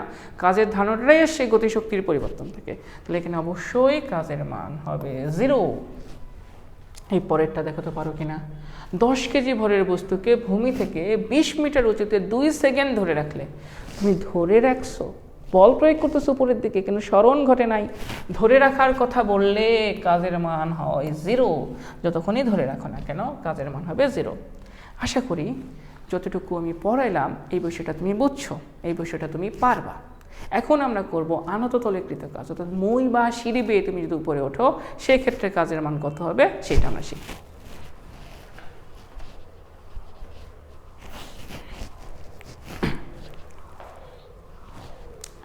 এখন আমরা কনসেপ্ট 5 শিখব। কনসেপ্ট 5 খুবই গুরুত্বপূর্ণ এসএসসি বোর্ড পরীক্ষার জন্য। এটা হলো আনত তলে কৃত কাজ। আনত তলে কৃত কাজ মানে কি? মই বা সিঁড়ি বেয়ে ওঠার ক্ষেত্রে কৃত কাজ। আনত তল বলতে আমরা কি বোঝাচ্ছি শোনো, এই বিষয়টা একটু বোঝো, এই ভাষাটা একটু বোঝো। ধরো এটা হলো ভূমি, এটা হলো ভূমি। যদি তলটা এরকম হয়, একটা অ্যাঙ্গেল করে থাকে, তখন সেটাকে আমরা বলে থাকি আনত তল। ধরো এই আনত তল বেয়ে তুমি নিচ থেকে উপরের দিকে উঠতে চাও, এই বিল্ডিংয়ের উপরে উঠতে চাও, এক্ষেত্রে কাজের মান কত এটা বের করতে চাই। এই যে কোণ, এই কোণের মান থিটা, এই কোণের মান তার থিটা। তুমি ধরো এই ব্লকটাকে টেনে নিচ থেকে উপরে উঠাইতে চাও, এখান থেকে এতটুকু দূরত্ব হলো এস, তাহলে এক্ষেত্রে কাজের মান কত এটা আমাদের বের করতে বলছে। শোনো, আমি তোমাদের ছোট্ট একটা ইনফরমেশান দেই, ছোট্ট একটা ট্রিক শেখাই দেই, এই ট্রিক্সটা একটু মনে রাখবা, তাহলে এটা তোমাদের অনেক কাজে দেবে, এটা তোমাদের সিলেবাসের বাইরে, আউট অফ সিলেবাস, কিন্তু এই বিষয়টা খুবই গুরুত্বপূর্ণ। দেখো, সেটা হলো সবসময় এই জিনিসটা মনে রাখবা ভাইয়া, সবসময় এটা মনে রাখবা, হ্যাঁ, এটা মনে রাখবা। ধরো এই কোণের মানটা থিটা, দেখো এই জায়গায় একটা বস্তু আছে, আমরা জানি অভিকর্ষ ত্বরণ সবসময় খাড়ার নিচের দিকে ক্রিয়া করে, অভিকর্ষ ত্বরণ সবসময় খাড়ার নিচের দিকে ক্রিয়া করে, অভিকর্ষ ত্বরণ সবসময়, তল যেমনই হোক ত্বরণ সবসময় খাড়ার নিচের দিকে ক্রিয়া করে। আচ্ছা, এখন শোনো, এই তলের উপর লম্ব হবে কোনটা? এটা, মানে এই তলের উপর লম্ব হবে কোনটা? এটা। ভাইয়া একটা জিনিস মনে রাখবা, এই কোণ থিটা হলে এই কোণটা হয় থিটা, এই কোণ থিটা হলে এই কোণটা হয় থিটা। কেমনে থিটা হয় তুমি চাইলে ম্যাথমেটিক্যালি এটা বের করতে পারো। কেমনে? দেখো, এই কোণ তো 90 ডিগ্রি, এই কোণ 90 ডিগ্রি, তাহলে এই কোণ হবে 90 মাইনাস থিটা, আবার এই টোটাল কোণ হলো 90, তার মানে অবশ্যই এই কোণটা হবে থিটা। আচ্ছা, এটা কোন একটা সময়ে আমি তোমাদের বুঝাই দেবো না যে এই কোণের মানটা থিটা কেন হলো। এখন আপাতত মনে রাখো, এই কোণ থিটা হলে এই কোণটা হবে থিটা। তাহলে তুমি যদি এখন জি এর এই দিকের উপাংশ বের করতে চাও, এই দিকের উপাংশ, আমরা বোধহয় তোমাকে উপাংশ বের করার কনসেপ্টটা শিখাই দিয়েছি। শর্ট ট্রিক ছিল এই দিকের জি এর যে অংশ হবে, জি তো থাকবেই, কিন্তু যে দিকে থাকবে থিটা সেই দিকে থাকবে কস থিটা। তাহলে এই দিকে জি এর যে অংশটা থাকবে সেটা হবে জি কস থিটা, এই দিকে জি এর যে অংশ থাকবে সেটা হবে জি কস থিটা, আর এরই লম্ব দিকটা হলো এইটা, তাহলে এই বরাবর জি এর যে অংশ থাকবে সেটা হবে জি সাইন থিটা। এই চিত্রটা সব সময়ের জন্য সত্য, বুঝো, এই চিত্রটা সব সময়ের জন্য সত্য, অল টাইম এই চিত্র সত্য, যে এই যে আন্তঃতল, বা ধরো এটা একটা সিঁড়ি বেয়ে উপরে উঠতেছো বা একটা ব্রিজ বেয়ে উপরে উঠতেছো, তুমি যখন ব্রিজ বেয়ে নিচ থেকে উপরের দিকে উঠবা তখন এই বরাবর যে ত্বরণটা ক্রিয়া করে সেটা হলো জি সাইন থিটা। একটু ভালোভাবে দেখো, এটা মনে রাখবা যে তুমি মই বেয়ে যখন উপরে ওঠো, আনত তল বেয়ে যখন উপরে ওঠো, সেই তল বরাবর নিচের দিকে যে ত্বরণটা ক্রিয়া করে সেটা জি না, সেটা হলো জি সাইন থিটা। এটা একটু নোট করে লিখে রাখো তো ভাইয়া, যেহেতু তোমাদের সিলেবাসে হয়তো বিষয়টি এরকমভাবে নাই, তাহলে এটা তোমরা একটু লিখে রাখো। সেটা হলো ব্রিজ বা সিঁড়ি বেয়ে যখন উপরের দিকে ওঠো, বা আনত তল বলতেছে এটাকে, আনত তল বেয়ে, আনত তলের নিচের দিকে, এই যে আনত তলের এই নিচের দিকে, হ্যাঁ, তল বরাবর নিচের দিকে জি সাইন থিটা ক্রিয়া করে, এইদিকে কিন্তু জি ক্রিয়া করে না, এটা জি সাইন থিটা ক্রিয়া করে। এই জিনিসটা ভাই একটু মনে রাখবা, হ্যাঁ, যেহেতু তোমাদের সিলেবাসের বাইরে, কিন্তু এটা মনে রাখলে অনেক প্রশ্ন তোমার জন্য সলভ করাটা সহজ হয়ে যাবে। তাহলে দেখো, তুমি এই এম ভরের বস্তুটাকে তুমি নিচ থেকে উপরে উঠাইতে চাও, এই এম ভরের বস্তুটাকে তুমি নিচ থেকে উপরের দিকে উঠাইতে চাও, তাহলে একটু ভাবো, তুমি যদি নিচ থেকে তাকে উপরের দিকে উঠাইতে চাও তাহলে তোমাকে এদিকে বল প্রয়োগ করতে হবে। তাহলে এখন প্রশ্ন, তোমাকে কতটুকু বল প্রয়োগ করতে হবে? তুমি বস্তুকে এখান থেকে এখানে কিন্তু সমাবেগে ওঠাবা, তাহলে দেখো কতটুকু বল প্রয়োগ করতে হবে। তাহলে এই যে নিচের দিকে যে ত্বরণ ক্রিয়া করবে, সেই ত্বরণটা তুমি জানো জি সাইন থিটা, তাহলে নিচের দিকে কতটুকু বল ক্রিয়া করবে? এই নিচের দিকে গ্র্যাভিটি, তল বরাবর নিচের দিকে তোমাকে যে বল ক্রিয়া করবে, বল বের করার উপায় হলো এম জি, এম ইন্টু ত্বরণ, তাহলে ভর তো এম, আর ত্বরণের মান হবে কত? জি সাইন থিটা। তোমাকে এই এম জি সাইন থিটার বিপরীতে বল প্রয়োগ করে এখান থেকে এখানে উঠতে হবে, বুঝো, এই এম জি সাইন থিটার বিপরীতে বল প্রয়োগ করে তোমাকে এখান থেকে এখানে উঠতে হবে। এই জিনিসটা ভালোভাবে বোঝো, যে তুমি যখন আনত তল বেয়ে নিচ থেকে উপরে ওঠো, সিঁড়ি বেয়ে যখন উপরে ওঠো, মই বেয়ে যখন উপরে ওঠো, তখন এই তল বরাবর নিচের দিকে যে ত্বরণটা ক্রিয়া করে সেটা কিন্তু জি সাইন থিটা। তাহলে নিচের দিকে কি পরিমাণ বল ক্রিয়া করবে, তাহলে সেই বলটা হবে ত্বরণের সাথে তোমাকে ভর গুণ করতে হবে, তাহলে সেটা হবে mg sin থিটা। তাহলে এই যে তোমাকে যদি বলা হয় এই তল বেয়ে তুমি যখন উপরে উঠবা কোন বলের বিপরীতে কাজ করবা, তুমি mg sin থিটা বলের বিপরীতে কাজ করবা, তাহলে এখানে তোমার যে প্রযুক্ত বল, তাহলে এখানে তোমাকে যে বলটা প্রযুক্ত করতে হবে, তোমার প্রযুক্ত বল মানে নিচ থেকে উপরে উঠতে তোমাকে যে বল প্রয়োগ করতে হবে সেই বলের মান কিন্তু হবে mg sin থিটা। ঠিক আছে, তাহলে এখন বলো কৃতকাজের মান কতটুকু হবে। কৃতকাজ তো আমরা বের করতে জানি বল গুণন বলের দিকে সরণ, তাহলে বল আর বলের দিকে সরণ কত, দেখো বল যেদিকে প্রয়োগ করছে সরণ সেদিকেই হচ্ছে, তাহলে বল গুণন বলের দিকে সরণ, তাহলে বল কত এফ, বল হলো এফ, এফের মান তো তুমি জানো, এফের মান তুমি জানো, এফের মান কত mg sin থিটা, এটা তোমার প্রযুক্ত বল। আর সরণ এই যে এখান থেকে তুমি এখানে উঠতেছো সরণ কতটুকু এস, তাহলে তুমি এখানে যে কাজের মানটা পাবা সেই কাজের মানটা হবে ভাইয়া mg sin থিটা। কাজের মান তুমি এখানে যেটা পাবা সেটা হবে mg sin থিটা। তাহলে তুমি এখন থেকে মনেই রাখবা মই বা সিঁড়ি বেয়ে বা ব্রিজ বেয়ে উপরে উঠতে যে পরিমাণ কাজ করতে হয় সেটা হলো mg sin থিটা। এই থিটা হলো ভূমির সাথে কোণ, দেখো এই থিটাটা কার সাথে কোণ, এই যে দেখো এটা যদি মই ধরো তাহলে মইয়ের সাথে ভূমির সাথে কোণ, তাহলে এটা হলো ভূমির সাথে কোণ। যদি কখনো ভূমির সাথে কোণ না থাকে তাহলে তোমাকে এই কোণটা বের করতে হবে, এটা হবে ভূমির সাথে কোণ। যদি কখনো এই কোণটা দেওয়া থাকে তাহলে তুমি ভূমির সাথে কোণটা চাইলে কিন্তু বের করতে পারবা।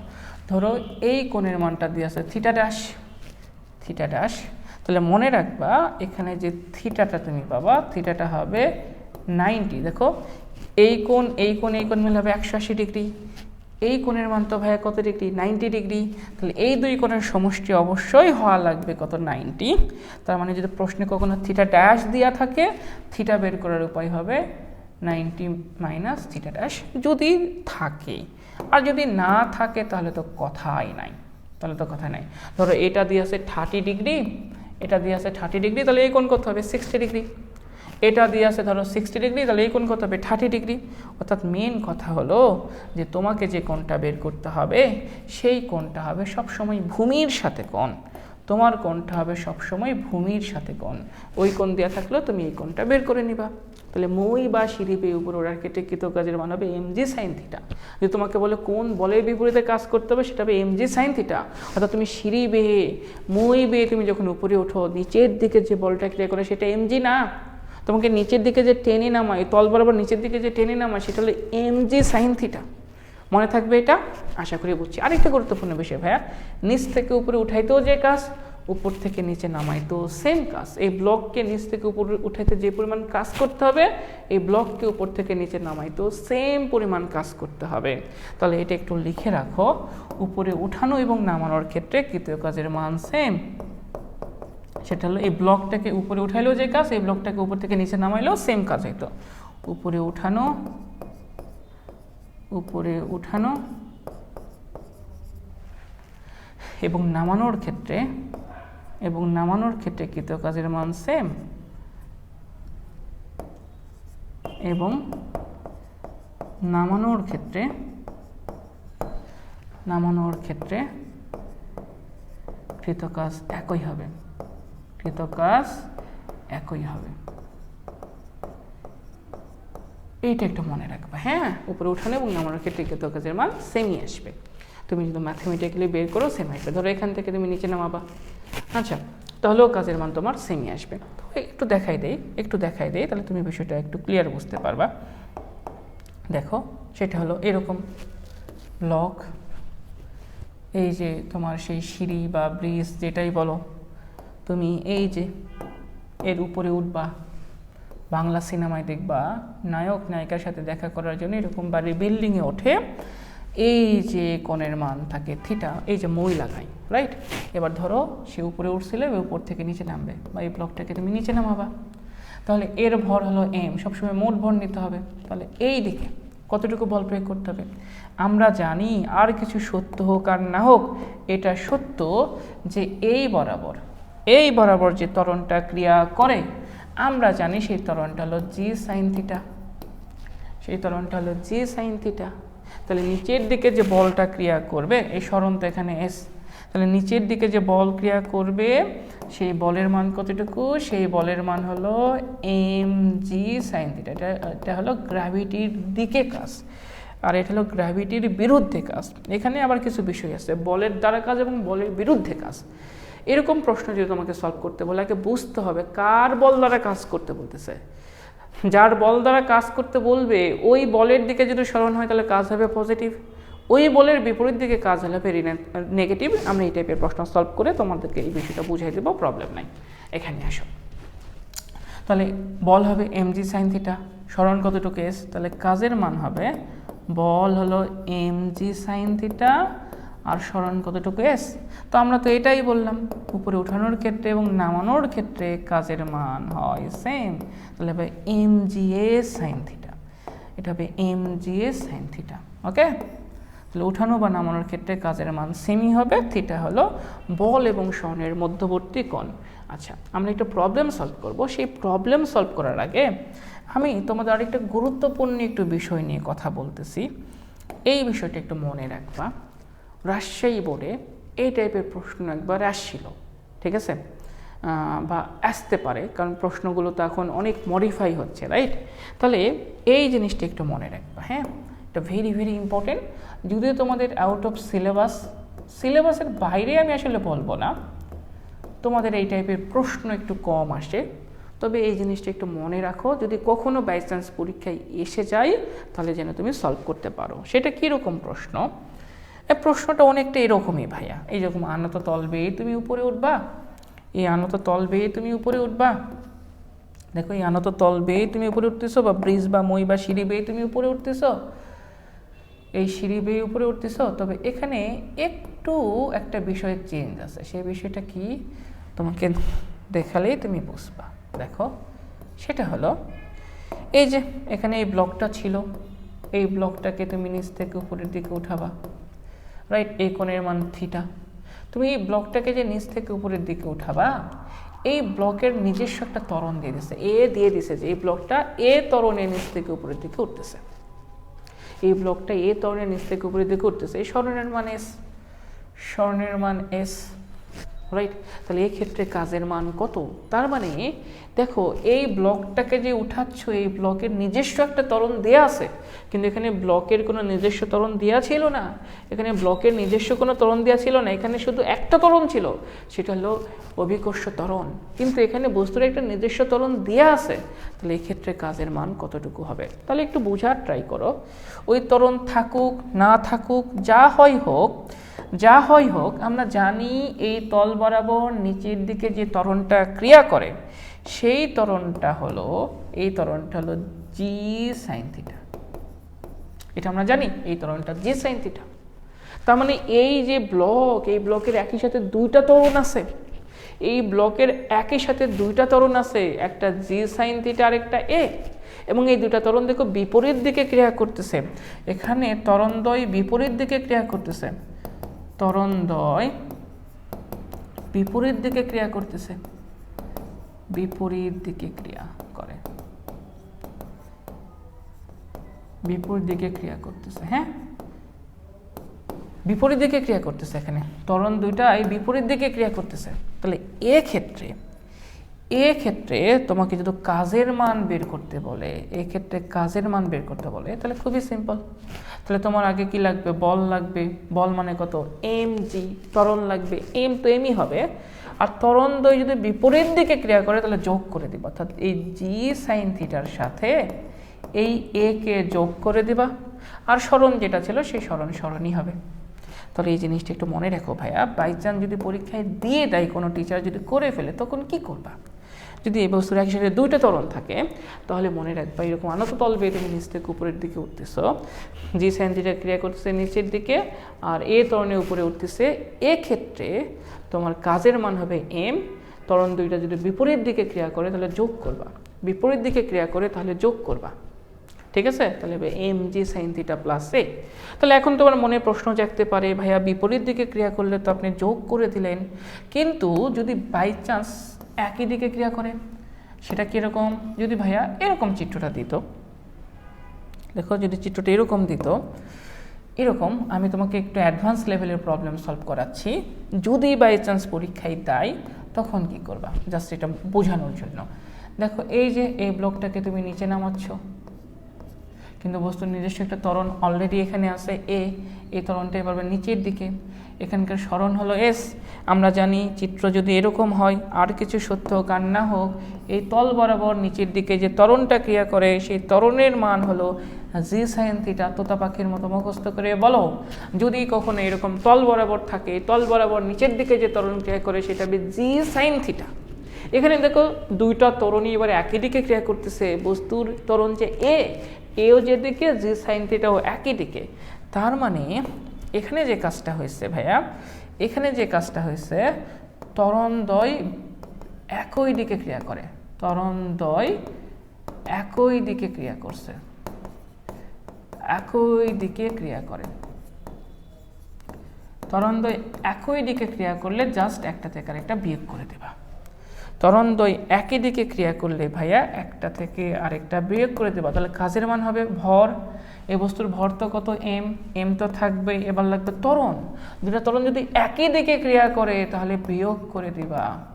যারা একটু ভালো স্টুডেন্ট, ভালো বলতে বোঝাতে চাচ্ছি, যারা একটু পরিশ্রমী স্টুডেন্ট তাদের জন্য এই কনসেপ্টটা মনে রাখবা, বল ইনটু সরণ। তাহলে এক্ষেত্রে যে কাজের মানটা, সেই কাজের মানটা হবে এটা। তার মানে এই দুই ক্ষেত্রে উঠানোর কাজ এবং নামানোর কাজ কিন্তু সেম না। উঠাতে কাজ বেশি আর নামাতে কাজ কিন্তু কম, বিয়োগ হয়ে গেছে। কিন্তু শুধুমাত্র আনত তল বেয়ে, যেখানে বস্তু নিজস্ব কোনো ত্বরণ দেওয়া থাকবে না, শুধু কি দেওয়া থাকবে, গ্র্যাভিটি থাকবে, সেক্ষেত্রে উঠানোর ক্ষেত্রেও কাজ যা হবে, নামানোর ক্ষেত্রেও কাজ তাই হবে। তাহলে এই টাইপের প্রশ্ন যদি পরীক্ষায় কখনো আসে, আশা করি ভাই আমরা সলভ করতে পারবো। ধরো এই ম্যাথটাতেই ধরো এইটার মান দিয়ে দিচ্ছে ধরো 2 মিটার পার সেকেন্ড স্কয়ার, এটা সরণ দিয়ে দিছে ধরো 10 মিটার, কোণের মান ধরো দিয়েছে 30 ডিগ্রি। এখানে কোণের মান দিয়ে দিছে মনে করো 30 ডিগ্রি, যে কোণ, এই কোণের মান দিয়ে আছে 30 ডিগ্রি। এখানে যে বস্তু আছে, এই বস্তুর ভর দিয়ে আছে মনে করো সে ধরো 5 কেজি। তাহলে এক্ষেত্রে কাজের মান কত হবে, এই যে মান বসাও কাজ শেষ। এটা হবে 5, জির মান তুমি জানো 9.8, তারপরে সাইন হবে কত 30 ডিগ্রি, হ্যাঁ, প্লাস এ কত 2, আর সরণ কত এটুকু দিয়ে আছে 10। তাহলে তুমি খুব ইজিলি কাজের মান বের করতে পারবা। তাহলে আমরা একটু কাজের মানটা এটা একটু বের করে ফেলি।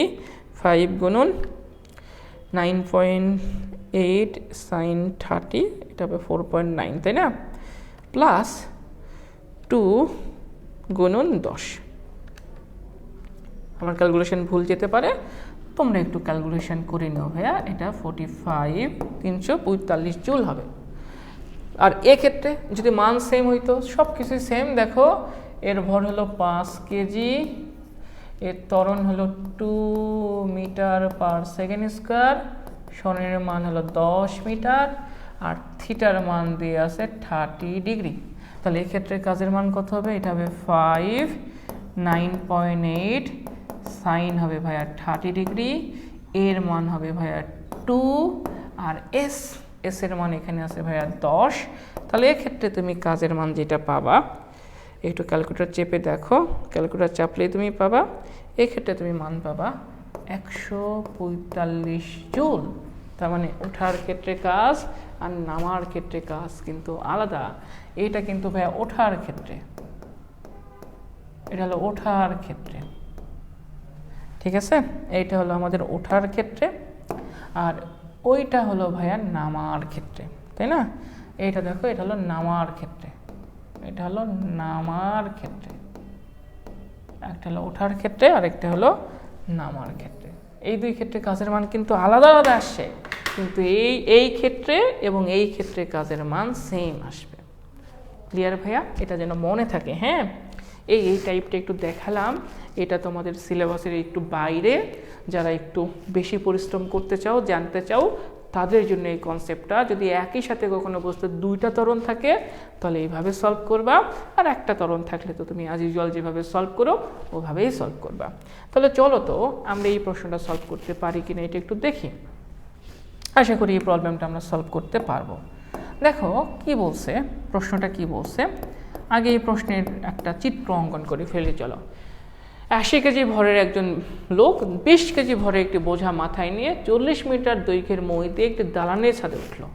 তাহলে চলো আগে আমরা আমাদের সেই বিল্ডিংটা আঁকাই ফেলি। বিল্ডিংটা এরকম হবে কি না, আশা করি সবাই বলবা জি ভাইয়া বিল্ডিংটা এরকমই হবে। ওই যে এই বিল্ডিং বেয়ে সে উপরে উঠতেছে, এটা হলো আমাদের বিল্ডিং। এই বিল্ডিং বেয়ে সে নিচ থেকে উপরে উঠতেছে, রাইট? আচ্ছা, এই কোণের মানটা দিয়ে আছে, কোণের মানটা এখানে দিয়ে আছে কত ডিগ্রি ভাইয়া? কোণের মান দিয়ে আছে 30 ডিগ্রি, থিটার মান দিয়ে আছে 30 ডিগ্রি। 40 মিটার লম্বা মই, তাহলে এই যে মইয়ের যে দৈর্ঘ্য সেটা হলো 40 মিটার। ওকে, আনুভূমিকের সাথে কিন্তু যে ভূমির সাথে কোণটা দিয়ে আছে। 80 কেজি ভরের বোঝা নিয়ে এই যে লোকটা, এখানে একটা লোক আছে, এই লোকটা কি করছে দেখো, এই লোকটা সে তার মাথায় একটা বোঝা নিয়ে উপরে উঠতেছে। সে এই 80 কেজি ভরের একটা বোঝা নিয়ে উপরে উঠতেছে। এখানে বোঝার যে ভর সেটা দিয়ে আছে 20 কেজি এবং এই লোকেরও ভর কিন্তু দেওয়া আছে, তাই না? তাহলে এই ক্ষেত্রে কাজ কত? সবার আগে আমাকে বের করতে হবে মোট ভর। সবার আগে আমাকে বের করতে হবে মোট ভর। মোট ভর কতটুকু? মোট ভর হলো m 20 প্লাস 80, তার মানে এখানে হবে এটা 80 কেজি ভরের, রাইট? থিটার মান 30, এস এর মান দিয়েছে 40। তাহলে কাজের মান কতটুকু হবে দেখো তো। এই ক্ষেত্রে কাজের মান জানি না, মই বেয়ে জাস্ট উপরে উঠতেছে সে, এই যে সে নিচ থেকে উপরের দিকে উঠতেছে, রাইট? এই ক্ষেত্রে কাজের মান আমরা জানি সেটা হলো m g s sine theta. এক্ষেত্রে কাজের মান হয় m g s sine theta. M এর মান কত? এম এর মান এখানে আমরা যেটা পাবো সেটা হলো 100 কেজি। জি এর মান পাবো 9.8, এস এর মান কত ভাইয়া? 40, সাইন ভাইয়া 30, রাইট? তাহলে তুমি এখানে কাজের মান যেটা পাবা সেই কাজের মানটা কত হয় একটু ক্যালকুলেটর চেপে দেখো। 100, 9.8, 40 গুণন সাইন 30 মানে হাফ, তাই না? তাহলে এখানে আমরা যে মানটা পাচ্ছি সেটা পাচ্ছি 19,600 জুল। তাহলে আমরা এখানে এই পরিমাণ কাজ পাবো। আশা করি যদি এই টাইপের প্রশ্ন কখনো পরীক্ষায় আসে তুমি সলভ করতে পারবা, সমস্যা হওয়ার কথা না। বাই চান্স এই কোণটা না দিয়ে যদি এই কোণটা দিয়ে দিত তখন তুমি 90 থেকে বিয়োগ করে এই কোণটা বের করতাম। অর্থাৎ আমি বলতে চাচ্ছি এরকম, ধরো বাই চান্স এই কোণটা দেওয়া নাই, ধরো প্রশ্নে দেওয়া আছে এই যে কোণ, এই কোণের মান দেওয়া আছে 60 ডিগ্রি, এটাকে আমরা বলছি থিটা ড্যাশ। আমার তো এই কোণ নিলে হবে না, আমার তো এই কোণটাই লাগবে। তাহলে থিটার মান কত হবে? আমরা জানি থিটার মান হবে 90 মাইনাস থিটা ড্যাশ। তাহলে 90 মাইনাস 60, তাহলে এটা হবে 30 ডিগ্রি। কারণটা কি? আমি এটাকে আরেকবার কারণটাকে একটু বলি। দেখো এই কোণের মান তো 90 ডিগ্রি, তাহলে এই কোণ আর এই কোণ মিলে 90 ডিগ্রি হওয়া লাগবে। ত্রিভুজের তিন কোণের সমষ্টি 90 ডিগ্রি, এই কোণ তো 90 ডিগ্রি, তাহলে এই কোণ আর এই কোণ মিলে হওয়া লাগবে 90, কারণ তিন কোণের সমষ্টি 180 ডিগ্রি। এই কোণ এই কোণ এই কোণ মিলে হওয়া লাগবে 180 ডিগ্রি, তাহলে এইটা 90 হলে এই দুটার যোগফলের মান অবশ্যই 90 হতে হবে, রাইট? তাহলে এটা যদি 60 হয় তাহলে এটা অবশ্যই তো 30 হবে। ক্লিয়ার বিষয়টা? আশা করি যদি পরীক্ষায় এই টাইপের প্রশ্ন আসে তুমি এটা সলভ করতে পারবা। যদি আসে আশা করি তুমি এটা সলভ করতে পারবা। আশা করি এই টাইপের প্রশ্নে তোমার কোনো সমস্যা নাই। যদি সমস্যা না থেকে থাকে তাহলে চলো আমরা আরেকটা গুরুত্বপূর্ণ ম্যাথ একটু সলভ করব, সেটা হলো কুয়া পানি শূন্য করা সংক্রান্ত ম্যাথ। এটাও খুব গুরুত্বপূর্ণ একটা ম্যাথ। এটা তোমাদের সিলেবাস হয়তো এরকমভাবে নাই, কিন্তু অনেক টেস্ট পরীক্ষার কোশ্চিনে দেখি কুয়া পানি শূন্য করার ক্ষেত্রে ম্যাথগুলো দিয়ে দেয়। তাহলে এই ম্যাথগুলো আমরা কিভাবে সলভ করব তার সহজ সরল প্রসেস আমি তোমাদের বলতেছি। আচ্ছা, কুয়া পানি শূন্য করা। আচ্ছা দেখো তো ভাইয়া কুয়াটা দেখতে কেমন হয়? দেখো তো, এই যে দেখো তো এটা কুয়া না? কুয়াটা দেখতে কিন্তু সিলিন্ডার আকৃতির হয়। কুয়াটা দেখতে কিন্তু সিলিন্ডার আকৃতির হয়, রাইট? আমাদের যে কুয়া, এই কুয়ার আকৃতিটা কার মতো? এই কুয়ার আকৃতিটা কিন্তু সিলিন্ডারের মতো। তুমি দেখবা কুয়া দেখতে পাইপের মতো, রাইট? এটা হলো সিলিন্ডার আকৃতির কুয়া। তাহলে এখানে একটা গুরুত্বপূর্ণ ইনফরমেশান, সেটা হলো কুয়ার আকৃতি কেমন হয়? কুয়ার আকৃতি হবে সিলিন্ডার আকৃতি।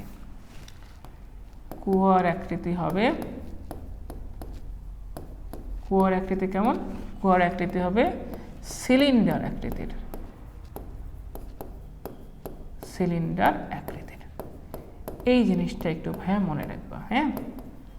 আচ্ছা, আরেকটা ছোট জিনিস মনে করে দেই, সিলিন্ডারের আয়তন কিভাবে বের করে। সিলিন্ডারের আয়তন তোমরা ম্যাথমেটিক্সেও তোমরা এটা বের করছো। সিলিন্ডারের যে আয়তন, সে আয়তন হয় পাই আর স্কোয়ার এইচ। আর হলো সিলিন্ডারের ব্যাসার্ধ, এস হলো সিলিন্ডারের উচ্চতা বা সিলিন্ডারের গভীরতা, তুমি যেটাই বলো সেটা হলো সিলিন্ডারের আয়তন। এই দুইটা ইনফরমেশান একটু মাথার মধ্যে ঢুকাই রাখো, ওকে, এটা একটু ঢুকাই রাখো। দেখো এই যে এটা আমাদের একটা কুয়া, এই কুয়ার অবশ্যই ব্যাসার্ধ আছে, এই কুয়ার যে ব্যাসার্ধ সেই ব্যাসার্ধ হলো আর, এই কুয়ার যে গভীরতা সেই গভীরতা হলো এইচ। তাহলে এইচ হলো কুয়ার গভীরতা। তাহলে এখানে আমি একটু লিখে রাখতেছি, এইচ হলো কুয়ার গভীরতা,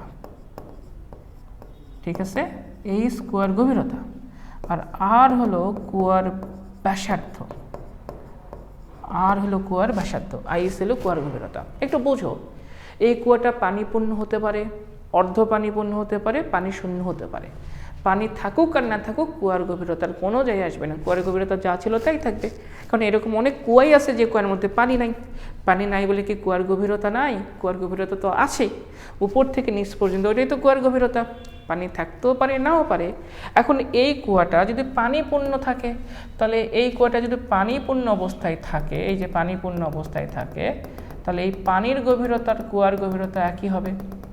কুয়াটা যদি অর্ধ পানিপূর্ণ অবস্থায় থাকে, তাহলে কি হবে? পানির গভীরতা হবে কুয়ার গভীরতার অর্ধেক হবে।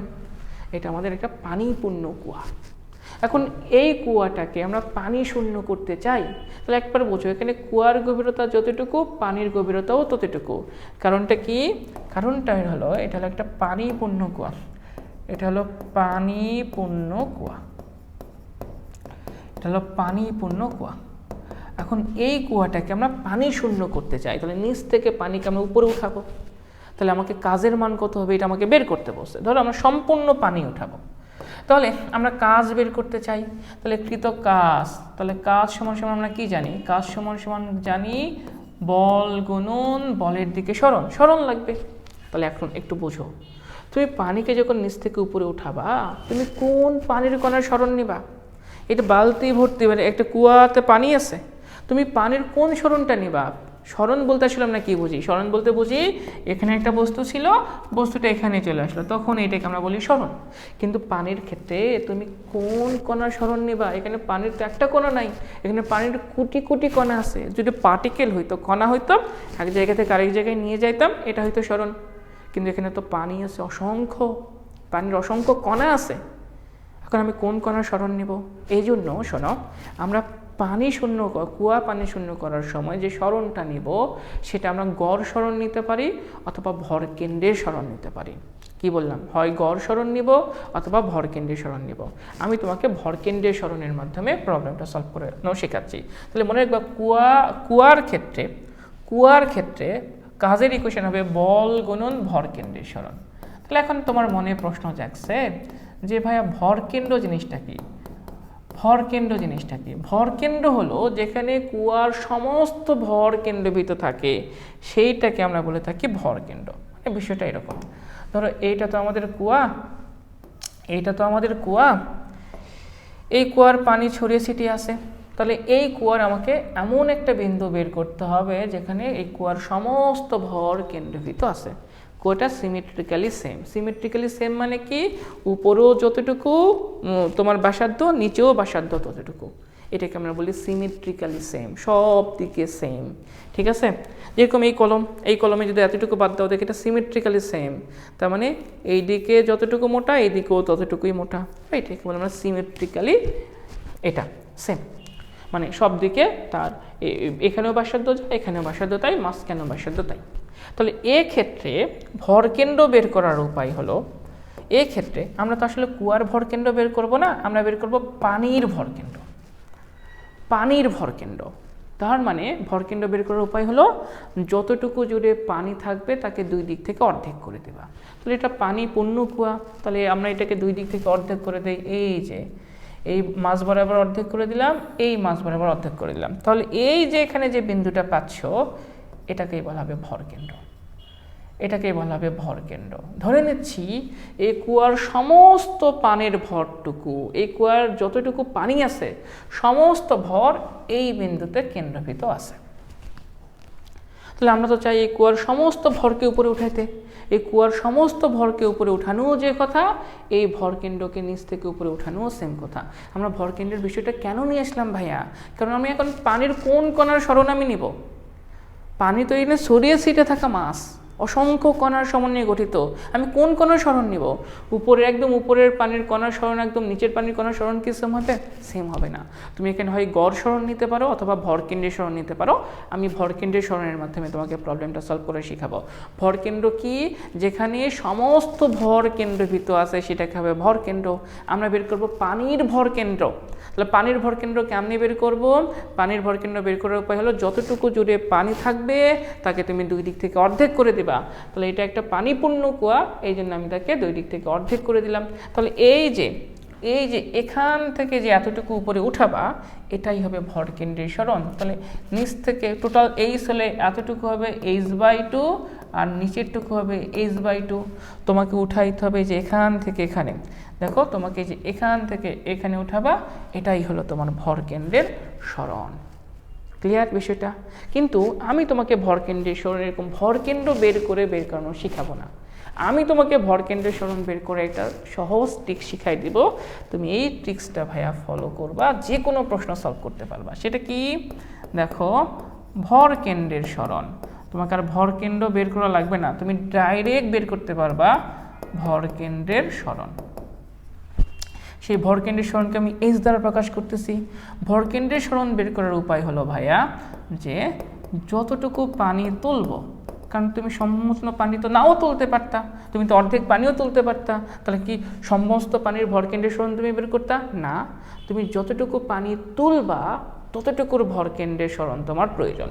তাহলে যতটুকু পানি তুলবো, ট্রিক্সটা শোনো, তুলবো তার উচ্চতা, একে তুমি 2 দ্বারা ভাগ করবা প্লাস খালি অংশ। খালি অংশ কি? তুমি কুয়াটাকে প্রথম অবস্থায় যদি খালি দেখো তাহলে এটাই খালি অংশ, আর যদি তুমি কুয়াটাকে প্রথম অবস্থায় খালি না দেখতে পাও তাহলে সেই কুয়ার কোনো খালি অংশই নাই। তাহলে এটাই ভাইয়া আমাদের ভরকেন্দ্রের সরণ বের করার ট্রিক্স। খুবই সহজ। তাহলে এই পানিপূর্ণ কুয়ার ভরকেন্দ্রের সরণ কতটুকু হবে? একটু বুদ্ধি খাটাও, তাহলেই বের করতে পারবা। দেখো এই পানিপূর্ণ কুয়ার ভরকেন্দ্র কি? আমি সম্পূর্ণ পানি উঠাইতে চাই, যতটুকু পানি আছে পুরোটাই উঠাইতে চাই। তাহলে যতটুকু পানি তুলবো তার উচ্চতা, তাহলে আমি এই পরিমাণ পানি তুলবো, তাকে আবার 2 দ্বারা ভাগ করব, এরপরে আমার লাগবে খালি অংশ। এটা তো একটা পানিপূর্ণ কুয়া। তাহলে পানিপূর্ণ কুয়ায় কি কোনো খালি অংশ আছে? নাই তো। তাহলে এখানে খালি অংশের মান হবে 0, তার মানে এখানে ভরকেন্দ্রের সরণ হবে h/2। সহজ না? আমরা আরও কিছু ম্যাথের মাধ্যমে বিষয়টা তোমাকে ক্লিয়ার করে দেব। তার মানে তোমার এখানে একটা বিষয় ক্লিয়ার, সেই ভরকেন্দ্রের সরণ তোমার কিন্তু অলরেডি বের হয়েছে। তাহলে তোমার ভরকেন্দ্রের সরণ তোমার কিন্তু অলরেডি বের হয়েছে, সেটা h/2। এবার লাগবে বল। এই যে পানিকে তুমি যে নিচ থেকে উপরে উঠাবা, নিচ থেকে উপরে উঠাচ্ছ, তাহলে বল কেমনি বের করবা? পানির ভর, যতটুকু পানি উঠাবা তার ভর, তার সাথে জি গুণ করো, তাহলেই তোমার ভর বের হয়ে গেছে। কিন্তু সমস্যা হলো পানির ভর কেমনি বের করবা? প্রশ্নে তো পানির ভর দেয়া নাই, প্রশ্নে তো কুয়ার ব্যাসার্ধ দিয়ে আছে আর গভীরতা দিয়ে আছে, এখানে তো পানির ভর দেয়া নাই। এখন ভাবো তুমি যে পাত্রের মধ্যে বা যে কুয়ার মধ্যে পানিটা রাখছো তার আকৃতি কেমন? তার আকৃতি সিলিন্ডার আকৃতি।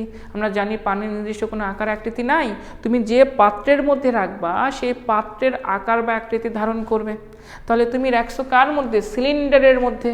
তাহলে পানির আকৃতি বা কার মতো হয়েছে? সিলিন্ডারের মতো হয়েছে। তাহলে ভর বের করার জন্য আমরা আরেকটা ছোট্টবেলায় আমরা একটা সূত্র শিখে আসছি। ভর বের করার সূত্র হলো আয়তনের সাথে ঘনত্ব গুণ করে দিতে হয়। তাহলে তুমি ভর বের করতে পারবা। পানি, বিশুদ্ধ পানির ঘনত্ব কত? আমরা জানি বিশুদ্ধ পানির ঘনত্ব 1000 কেজি/m³, এটা অল টাইম ফিক্সড। আমার শুধু পানির আয়তন লাগবে, যতটুকু পানি তুলবো ততটুকু আয়তন লাগবে। এটাও খুব সিম্পল, পানি রাখছে সিলিন্ডারের মধ্যে, তাহলে পানির আকৃতি হয়ে গেছে সিলিন্ডারের মতো। তাহলে আমি যতটুকু পানিকে উপরে উঠাবো ততটুকু পানির আমি আয়তন বের করব, তাহলে আমার কাজ শেষ। তাহলে এই যে ভর, এই ভরের জায়গায় হবে আয়তন গুণন ঘনত্ব। ঘনত্ব জি তো ছিল, আর এস তো এস, রাইট। তাহলে আয়তন কতটুকু হবে? এটা কার আয়তন? এটা সিলিন্ডারের আয়তন। সিলিন্ডারের আয়তন কেমনে বের করে? তুমি জানো পাই আর স্কয়ার, তারপরে এইস, এখানে হবে রো। তাহলে একটা জিনিস এখানে মনে রাখতে হবে, আমাদের তো সম্পূর্ণ পানির আয়তন নেওয়ার প্রয়োজন নাই। আমি যতটুকু পানি উঠাবো ততটুকুর আয়তন আমাকে নিতে হবে। যদি আমি সমস্ত পানি উঠাই তাহলে সমস্ত পানির আয়তন নিতে হবে, যদি আমি অর্ধেক পানি উঠাই তাহলে অর্ধেক পানির আয়তন আমাকে নিতে হবে, রাইট। কারণ আমি যতটুকু পানি উঠাবো ততটুকু তো ভর লাগবে, ততটুকুর ভরের জন্য লাগবে ততটুকুর আয়তন, তার সাথে আমরা রো গুণ করে দেব।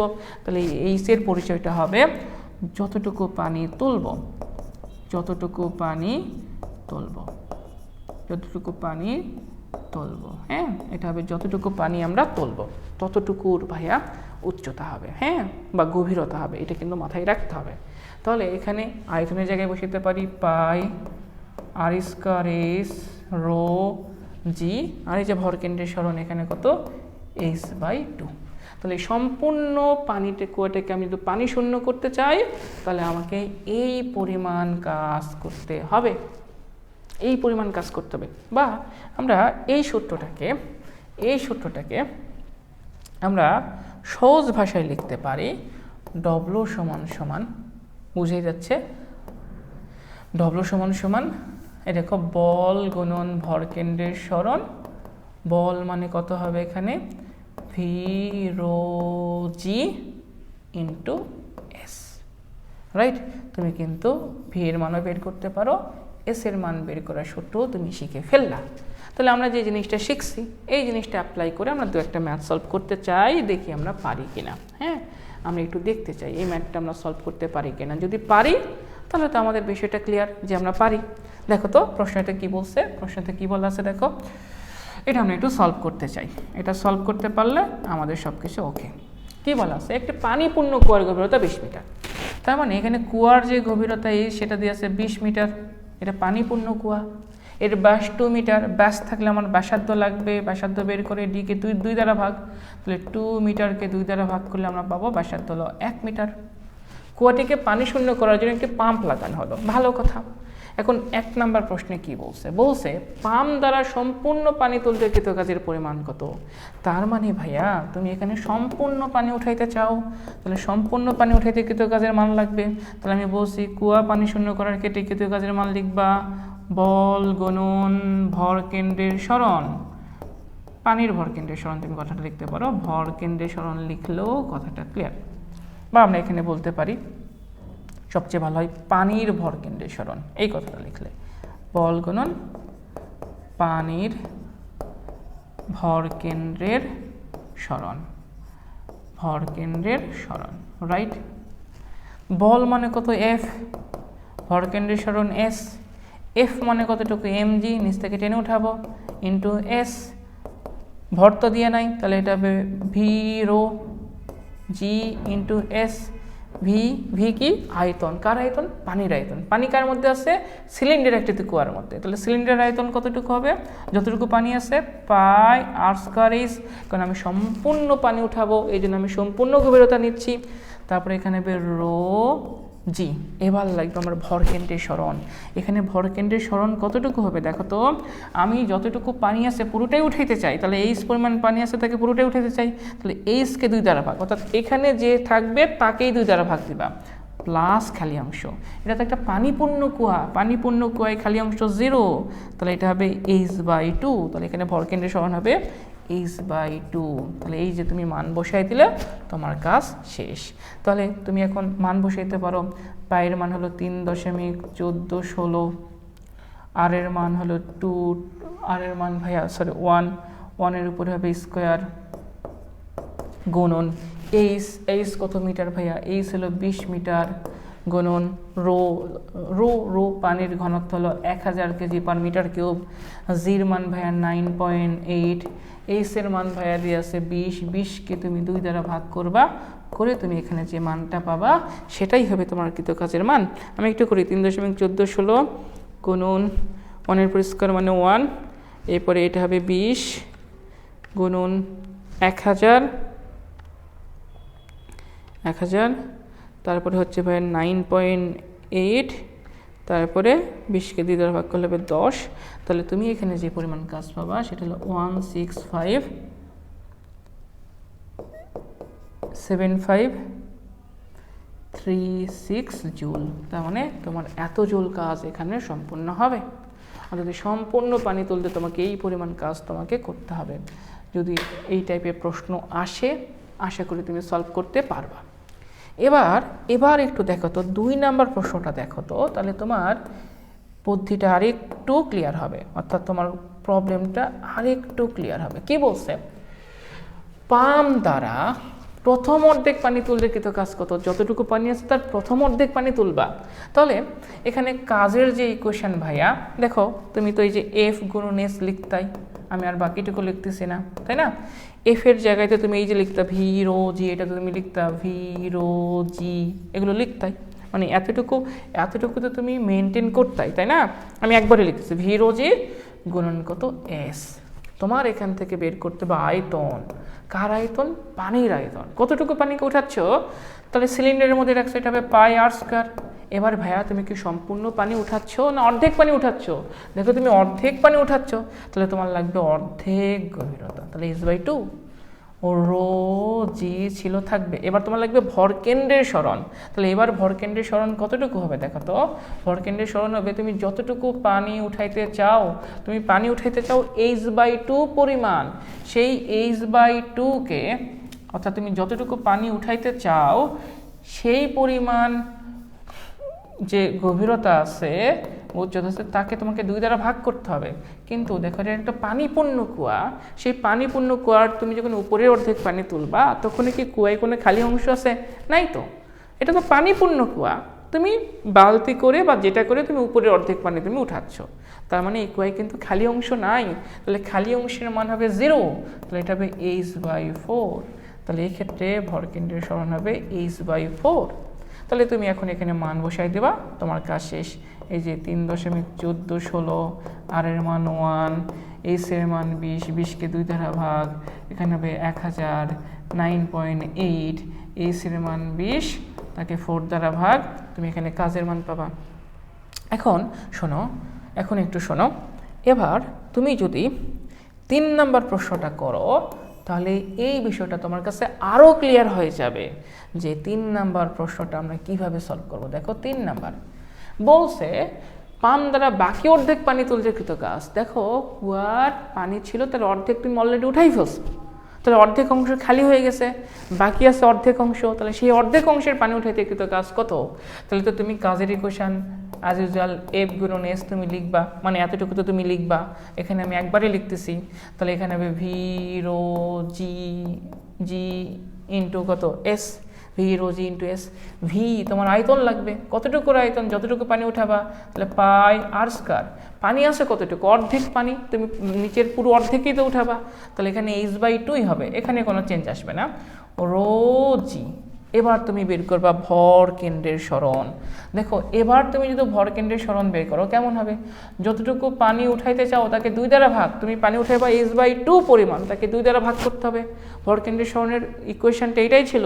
দেখো যতটুকু পানি উঠাবা, দেখো কি ছিল, যতটুকু পানি তুমি উঠাবা, দেখো যতটুকু পানি তুলবো তার উচ্চতাকে তুমি 2 দ্বারা ভাগ করে খালি অংশ তোমাকে যোগ করতে হবে। তাহলে দেখো তুমি এখানে পানি উঠাবা কতটুকু, H/2, তাকে 2 দ্বারা ভাগ। এবার খালি অংশ আছে, হ্যাঁ আছে, কারণ ওই কুয়ার উপরের অর্ধেক পানি তুমি উঠাই ফেলছো, তাহলে নিচে অর্ধেক পানি পড়ে আছে না, তাহলে কুয়ায় খালি অংশ কতটুকু, উপরের অর্ধেক তো উঠাই ফেলছো, তাহলে অর্ধেক খালি আছে, তাহলে এটা হবে H/2। তাহলে এটা তুমি যদি বের করো তাহলে তুমি এটা পাবা 3H/4, তাহলে এখানে হবে 3H/4। তুমি এবার এখানে মান বসাই দাও, তোমার কাজ শেষ। 14 16। যদিও তোমাদের এসএসসির জন্য এই টপিক্সটা খুব বেশি গুরুত্বপূর্ণ না, কিন্তু আমি দেখলাম অনেক টেস্ট পরীক্ষায় অনেক কলেজেই তোমার এই কুয়া পানি শূন্য সংক্রান্ত ম্যাথ তোমার দিয়ে দিয়েছে। আমি তোমাকে একদম সহজ প্রসেসে সলভ করাই দিলাম। তুমি যদি এই প্রসেসে ম্যাথটাকে সলভ করো, আশা করি তুমি খুব সহজে সলভ করতে পারবা। খুবই সিম্পল। কুয়া পানি শূন্য করার ক্ষেত্রে কৃতকাজের ইকুয়েশন। আমি যদি তোমাকে এটা মুখে মুখে বলতে চাই, তাহলে কাজের ইকুয়েশন কতটুকু হবে? খুবই সিম্পল, এইরকম পাই আর স্কোয়ার, তারপরে এইচ রো জি হরকেন্দ্রের সরণ, রাইট? এইচ এর পরিচয় কি? যতটুকু পানি তুলব তার উচ্চতা। দেখতে মনে হচ্ছে কঠিন, কিন্তু আসলে কঠিন না। এখানে হবে যতটুকু পানি তুলব তার উচ্চতা। আর এস কি? এস হলো ভরকেন্দ্রের সরণ, রাইট? খুবই সিম্পল। কি? পাই আর স্কয়ার, যতটুকু পানি তুলব তার উচ্চতা, রো জি ভরকেন্দ্রের সরণ। ভরকেন্দ্রের সরণ কেমনে বের করব? যতটুকু পানি তুলব তার উচ্চতাকে 2 দ্বারা ভাগ করে প্লাস খালি অংশ। শুরুতে যদি আমি খালি দেখতে পাই, খালি অংশ না দেখতে পেলে নাই। পানি পূর্ণ কয়ে কোনো খালি অংশ নাই। যদি উপরে অর্ধেক পানি উঠানো হয়, তাহলে নিচের ক্ষেত্রে উপরে অর্ধেক পানি তোলার ক্ষেত্রে কোনো খালি অংশ থাকবে না, কিন্তু নিচের অর্ধেক পানি তোলার ক্ষেত্রে খালি অংশ থাকবে। আর কুয়াটা যদি শুরুতেই অর্ধেক খালি থাকে, তাহলে তো তোমাকে খালি অংশ হিসাব করতে হবে। আশা করি এই টাইপের প্রশ্ন যদি পরীক্ষায় আসে, তুমি সলভ করতে পারবা।